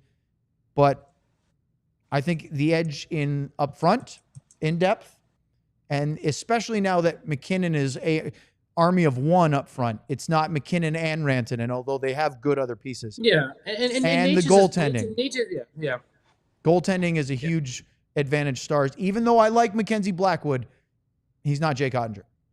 No, I think it's a series that gets fun and exciting, and it would probably be 6-7 Good games. question, but Ben. Thank you. You give Dallas a bit of the edge, I think, from especially the timing of Miro coming back is going to be fascinating. If Miro comes back and he's fully healthy, that's a really interesting time. I'll be right back. Another quick thing that came out just for everyone, the 2 picks to Carolina, just from you talk about Jim Nill's long-term planning, is the fact that they're both top 10 protected, the 2 firsts. So the Stars obviously have no plans to be bad or anything like that, but you just look at how this is how Jim kind of operates with things. There's still the top 10 protection on there. So we have gone so long that this dog she's 14 and is very serious. Our show's now being hosted by our general manager and a dog. That's how long. Does your dog need to go to the bathroom too? But Sean does bring that up because the graphic that we made at the beginning of the show, which was reported by I think Darren Drager, is now wrong because Pierre LeBrun is saying that that Carolina is getting a 2026 and the 2028 first, and as Sean said, top 10 protected. The original report was that it was a 26 and a 27 first, but then the 26 and 27 thirds as well. Yeah, the Stars are in a position where those, top 10 protected, that's great. But when you're wanting to go all in, you have no worries about moving those picks. No, not at all. There you go. Not at all. Have fun. I will caution everyone, though. I am a fan of a team that once had the best record in the NHL and then acquired a top 6 forward, a shutdown defenseman, and whatever Garnett Hathaway is at the deadline, and they lost in the first round. And then they never drafted centers, and today they blew it up. So, well, it's, I do think... Yeah. I do think one of the good things for the Stars, and this can be used for Colorado too, so it's not like it's only Stars, but there's something to keep chasing with Winnipeg in the division. I think Winnipeg's hot start to the season, and Winnipeg being there's always something to chase, and there's something to keep going and pushing forward on that. So I think that's big. John, take me off the screen for a second. I got to feed the dog before she. Okay. Well, no, this is perfect. Well, my biggest fear, though, is... We tagged in and out, and I'm feeling much more comfortable now. So thank you. And I'm not going to use all the creepy language that John did to describe the fact that I just had to use the restroom. And now describe your bowel movement. And you combine that with Craig Ludwig and that... gross, man. Come on. Okay. Now, my biggest fear is all these additions is great. Set us up in a way to take advantage of it, make that run. I just fear the goalie that we end up running into on the other team that is a nobody that all of a sudden becomes a superstar. You said we have the advantage in the goal against Colorado, but then it seems like it's happened over the last couple of years to where we've just run into this guy who we thought we had the goalie advantage, and then all of a sudden it's this all-world goalie that comes out of nowhere, and you're like, what? What the hell? Well, yeah, thank you for catching yourself, because otherwise, practice what you preach. This guy would come out of the I'll woodwork. pay myself with my $10. That's what you pay Loves him owes back. me. Yeah. So, yes, last year in the conference final, Stuart Skinner was better than Jake Ottinger. Yep. That is the big thing for Jake as he tries to continue his evolution as an NHL goalie and starter. If he wants to be where he expects to be, which is one of the best goalies in the world, he can't lose those duels. No. Will he do it? That's obviously a big question. I think he will take a real step this year. He's healthier. He didn't have any of the issues with getting into the season. He's playing much better. I think this team is set up to be very dangerous. But Ben brings up a great point. All these teams, it's okay. You made a good point. Yeah, pat yourself on the back. All these teams made moves. Colorado made moves. Winnipeg made moves. Dallas made moves. Carolina did. Florida's made a ton of moves. Guess what? They can't all win the Stanley Cup this year. Nope. Only one will. Everybody else will be Boston disappointed. Boston won't win. Boston won't win. No. So that's true. Sean made a really good point right when you were walking in, Owen. I don't know if you heard it, about how Probably at least Winnipeg is still leading the Western Conference, the division or whatever. Yes. It reminds me of that. We were talking about when you were in the bathroom, I mentioned how I'm a fan of a team that acquired a top 6 forward, a shutdown defenseman, and Garnett Hathaway at the trade deadline. They had the best record in the NHL and lost in the first round. And that's when Sean brought up the point that's like they still have something to chase, which as you and I as Patriots fans, something that always gets brought up is that a lot of Patriots fans wish that they just lost the Monday Night Football game to the Ravens when it was like an epic comeback, because they would have gone 15-1 and won the Super Bowl. No, it was wasn't it they lost to the Giants, or no? They lost to the Ravens. No, they beat the Giants the next week, and then they lost to them in the Super Bowl. I don't remember the week. I don't remember the week of the Monday Night Football game. I think it was 15. They played the Giants in the final week of the season, but not to go too far down that road. But they were front running the entire time, and it was kind of the same thing with the Boston Bruins during that season. So the Stars still having something ahead of them that they can go after, and it being the Jets, I feel like is in their favor. Do you want to correlate any of this to a Celtics run either, or when the Red Sox won the series? Let's get them all out of the way while you're at it. Last year when they defeated the Dallas Mavericks. Yeah, Bobby. okay. There's John, one. did you play these? Let's do another one. Sounder, please. Some milk. Did you see what I see? Oddly enough, the sounder that I just played is the same thing as the sounder that's about to play. I think you were in the bathroom for this one. Did you guys already announce that? Not like this. You can read it, Owen. Okay. 56 seconds ago, the Dallas Stars sent it out officially. Mikko Rantanen is now officially a Dallas Star. Carolina receives, Logan Stankoven, a 2026 first-round pick conditional, 2026 third-round pick, 2027 third, and a 2028 first, also conditional. Those are both top 10 protected. The Stars don't expect to be picking in the top 10 in either of those, but if they were to, then it would be deferred. Jim Nill is about to speak, as Sam just texted. He's there. That may mean that's what we're waiting on. The only thing we were waiting on was simply that was to go official, that it was not another move that they were going to make. So how do you guys feel about Rantanen being the big thing and not adding a defenseman? Although they did add CC earlier. They're putting a lot of faith in that Jake Ottinger is going to be a stud in the playoffs. And Ben brought up about the goalies, about being afraid of running into just a Jordan Binnington or a Braden Holtby back in the day is one that got my guys. They're putting a lot of faith that Jake Ottinger is going to be that guy who can help them go on a run, and when there could potentially be some shoddy defense in front of him if Miro is not healthy. Last year, you had 10 of the last year. You went defense for those pieces, and then you get in the playoffs and you seem to have a very difficult time scoring. And I like that strategy of going defense, but I also like the seeing pucks go in the net during the playoffs. And so it's I think taking a different run at it and trying to make sure they don't have that deficiency in the playoffs again. If they come up against another stud goalie, you got a guy who is a superstar putting pucks in nets. And so I don't mind this. I like it. I like it. Sam just said that Nill confirms that Mikko Rantanen is the only trade for the Stars today. So there isn't anything else that we're waiting for. He's speaking now. Are we going to stick around long enough to get Sam back on, or should we wrap up our piece here? I think we have multiple shows this weekend. Yes, we do. We have a game tomorrow, Stars and the Edmonton Oilers. It's an 8:30 pregame show for a 9. Let me double check that so I make sure I get this right. By the way, Sean says you can put him back on the screen now. Yep. All right. Well, I can't tell him unless he's listening. Okay, he can hear me. Sean, we'll get you back on the screen momentarily.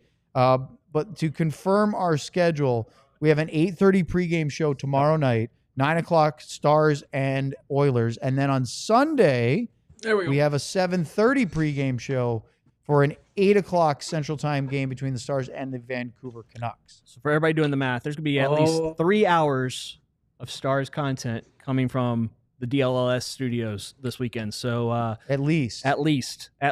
So if I want to thank everybody that's been watching us this entire run here. We do need to rip 5 super chats, by the way. Yeah, one of them is $54, so we have to. Well, we definitely have to do that. Oh, wow. Wow. Sean, you look like you have something to say. No, I was just going to make a joke that someone needs to tell Sam that we also have 2 shows this weekend, since he apparently has been sitting there didn't know we had the last 2 hours of our show here. So. Yeah, somebody tell Sam we're doing shows this weekend. Oh, dear. Let's make sure he's aware of that. Right. He should be in studio, by the way. By the way, Sean is doing our show on Sunday. Not tomorrow, but he'll be doing the Sunday show against Vancouver. All right, John, let's do this lightning round of Super Chats. Bing bang. Matthew Frankie, or Frank, a DeSmith 99. Frank. Shady Rays wearing Owen is a vibe. Frank. Bing bang. I have him right here. Burned Oils, a Brendan Smith and Sidney Crosby, because we don't have an 87 on the Stars. Awesome and wild super podcast today. Thank you. Thank you, Burned Oils. It was a long. Yes. We're up to now 3 hours plus. Bing bang. Yes, we are. Michael Moore with what has to be at least 6 or 7 super chats today. A DeSmith and 99 Cup year. Burns be in a deal? Talking about Brent Burns? I think it's a Brent Burns question. We know that Brent Burns is not in a deal. Carolina's done. Bing Brent bang. Burns has not been traded. That's a Kevin Hatcher and Darcy Wakaluk. That would be a Brendan Smith and Jason Robertson. But I like what you're close. going with there. That's a fun little bit. We should do this back and forth more often. We will. Luds, take the day off. Maybe Mikko Rantanen wants to stick it to the Avs. That's an interesting motivation for us to talk about, Sean. And we mentioned that it's a Sunday afternoon in Denver, March 16th, that he'll get a chance to play that. Mikko Rantanen said publicly, and we don't know how much conversation went behind the scenes between the Avalanche and Rantanen and his representative, Andy Scott. But when that trade happened to Carolina, he said publicly he was blindsided. And so too were the Avalanche players. That sticks with you, doesn't it? As a very highly accomplished, highly competitive NHL player. And you're going to see him about 5 times a year now, roughly, based on how the schedule breaks down. That's Let's go. It's appointment television right there. All right, John. Bing bang. Jordan, a.k.a. Talk Hockey With Me, with a DeSmith 99, or? Shane Churla and Andy Moog. Nice. Jim Nill for president. Or Jim Nill for Dallas Mavericks GM. Can you do both? Can he do both? Can you do both? Cowboys GM. I would literally let Jim Nill GM those 3 teams. I think the Rangers are fine. They know what they're doing, but I would literally let Jim Nill GM those other 3 teams. In a Bing heartbeat. bang. Last one. Christy Berger. Christy with a big one. A Wyatt Johnston 99 Cup year. Thank you, Christy. Berger. I spent like half my day with y'all, and I just wanted to say thank you for the awesome coverage today and for the past 2 months. But also, I have locker room concerns about swapping Stankoven with Rantanen. Thoughts? None at all. Sean? I don't. It's there will be a lot of excitement. I have no concern. I have no concerns about that. There'll be some guys who Logan Stankoven will be missed. He was a good friend. He was a good teammate, but it's not like you're bringing a guy in that is a problem. So what are the Lakers since Luka got added to that locker room? 8-2 or so, 10-2. You mean it's worked out for him? 8 straight games. When you add a superstar to a locker room, it can work out, especially if they win. I would say that the room is in a position with the leadership of Jamie Benn and all the guys that are surrounding him now, that they don't have to worry about that. But I do think that the Finnish players on this team make that integration better. Look, losing Logan Stankoven is not easy. He's a good kid, very exciting. I'm not going harder than it looks. I'm not going to bag on Logan Stankoven, but Sean, we were frustrated with his lack of production, especially after his hot start to the year. He went from, we thought he had a great chance to be a finalist for the Calder Trophy, maybe even win it, to no chance at this point. Not saying he's not going to be a great professional, but there are still some question marks about his ceiling in the NHL. We already know what Mikko Rantanen's ceiling is. Yeah. Yep. And it's. Oh, go ahead. Go ahead. No, I was just gonna say, and it's the cost of, like, you have to trade good players to get great players, and that's something that is part of the business. So it's tough, and I think players also know that too. It's not the first time anyone in this room has been involved with a trade. So just to recap today, real quickly, if you'll allow me, the Stars acquired Mikko Rantanen to absolutely bolster not just their team, their top line. They extended him for 8 years at $12 million AAV, which is a ton of money. I believe it's the first time the Stars have ever topped out at 8 figures on an AAV, if what I saw earlier today is correct. Then they also managed to do so, keeping him below what we thought was reported needed to be 13 or 14, which is what Draisaitl's top of the league deal, which doesn't even start until next year, is. So he still gets top 5 money in the league, but affordable more so for Dallas than maybe Carolina or Colorado. Then, on top of that, the Stars just stayed on the phone with agent Andy Scott, and they signed an extension to Wyatt Johnston, whose ELC ends after this year. Cha-ching! 5 years, $8.4 million, and we thought that was going to be at $9 million plus. And I think that's we talked about it with Mark Janko a couple weeks ago. There's Stars assistant GM. A fair deal for both sides, which is what you're looking for. That's a good day's work. Start calling Jim Nill David Blaine because he's a magician. Like, this was a magic trick today. Everything he pulled off. Brendan popped this up in the chat. It's not a super chat, but Jim Nill three-peat on GM of the Year. Absolutely. Could he legitimately win another GM of the Year award? Could see, as long as the Stars reach the conference final. Yes, because it's the weirdest. When do they vote on that one? That's because it's the weirdest award in the league. They vote on it. The voting on it opens after the second round of the playoffs. So every single year, it's effectively the 3 finalists or 3 GMs that are in the conference final, and one GM who was given 0 credit for his team being in the conference final doesn't get to be a finalist. So go figure, right? Hey, by the way, Christy, you sent that super chat. That was Christy's first ever super chat for us. Hey, Christy. Barget, thank you. A $53.99 said she spent about half her day with us. Thank you for watching. We hope you enjoyed it. We hope you had fun. You guys have any final thoughts before we say goodbye? I want to say Mavericks are on tonight. We have Mavericks and Grizzlies, DLS Mavs. Promote Bobby's show. Watch Bobby's show because their post-game show, I promise, is going to have a lot of hockey talk in it because of what the Stars did today and what the Mavericks just came off of the last month. So if you enjoyed today from this perspective, which we all had a great time, this has been a fun 3 hours. Watch tonight because you're going to get it from a different angle because the Mavericks side that's been watching what's going on today is sitting there just going, what the heck? Sean, any final thoughts? I'm just amazed we're having this send-off and we're still at 540 something and Thank we were you, at 700 plus. Yeah, we were vamping for a while waiting for this. That's really cool. That's really cool. We only lost like 300 when you went to go bathroom. So. Only 300. Yeah. It's my fault. We have another super chat. We haven't said goodbye yet. I'm not kidding you. Xenoc. Do it quick, then I'm hitting it. I know. A $4.99. More Finns, more wins. Pretend the 99 is a 96. I'm on my phone. So it would be a Heiskanen and Rantanen. Love it. Thank you, Xenoc. I would like to say thank you to Craig Ludwig, who had to leave a little early. Sam Nestler joined us early. We're going to have to hit him with a ruler or two, or maybe a paddling, because he should have popped in at least 1 or 2 times over 3 hours. John, do you have the official runtime for our... I only see the hours. How many 3 minutes? 3 hours and 13 minutes and counting. Good grief. Woo. And that leads me to my final thank you. Aside from Ben for I brought the beers. I was just going to say that. There we go. I want to send a sincere thank you to the guy that is the glue, or if you're a Stripes fan, the big toe of our show. That's our producer, John Andersen. John... The big toe. Have you ever seen stripes?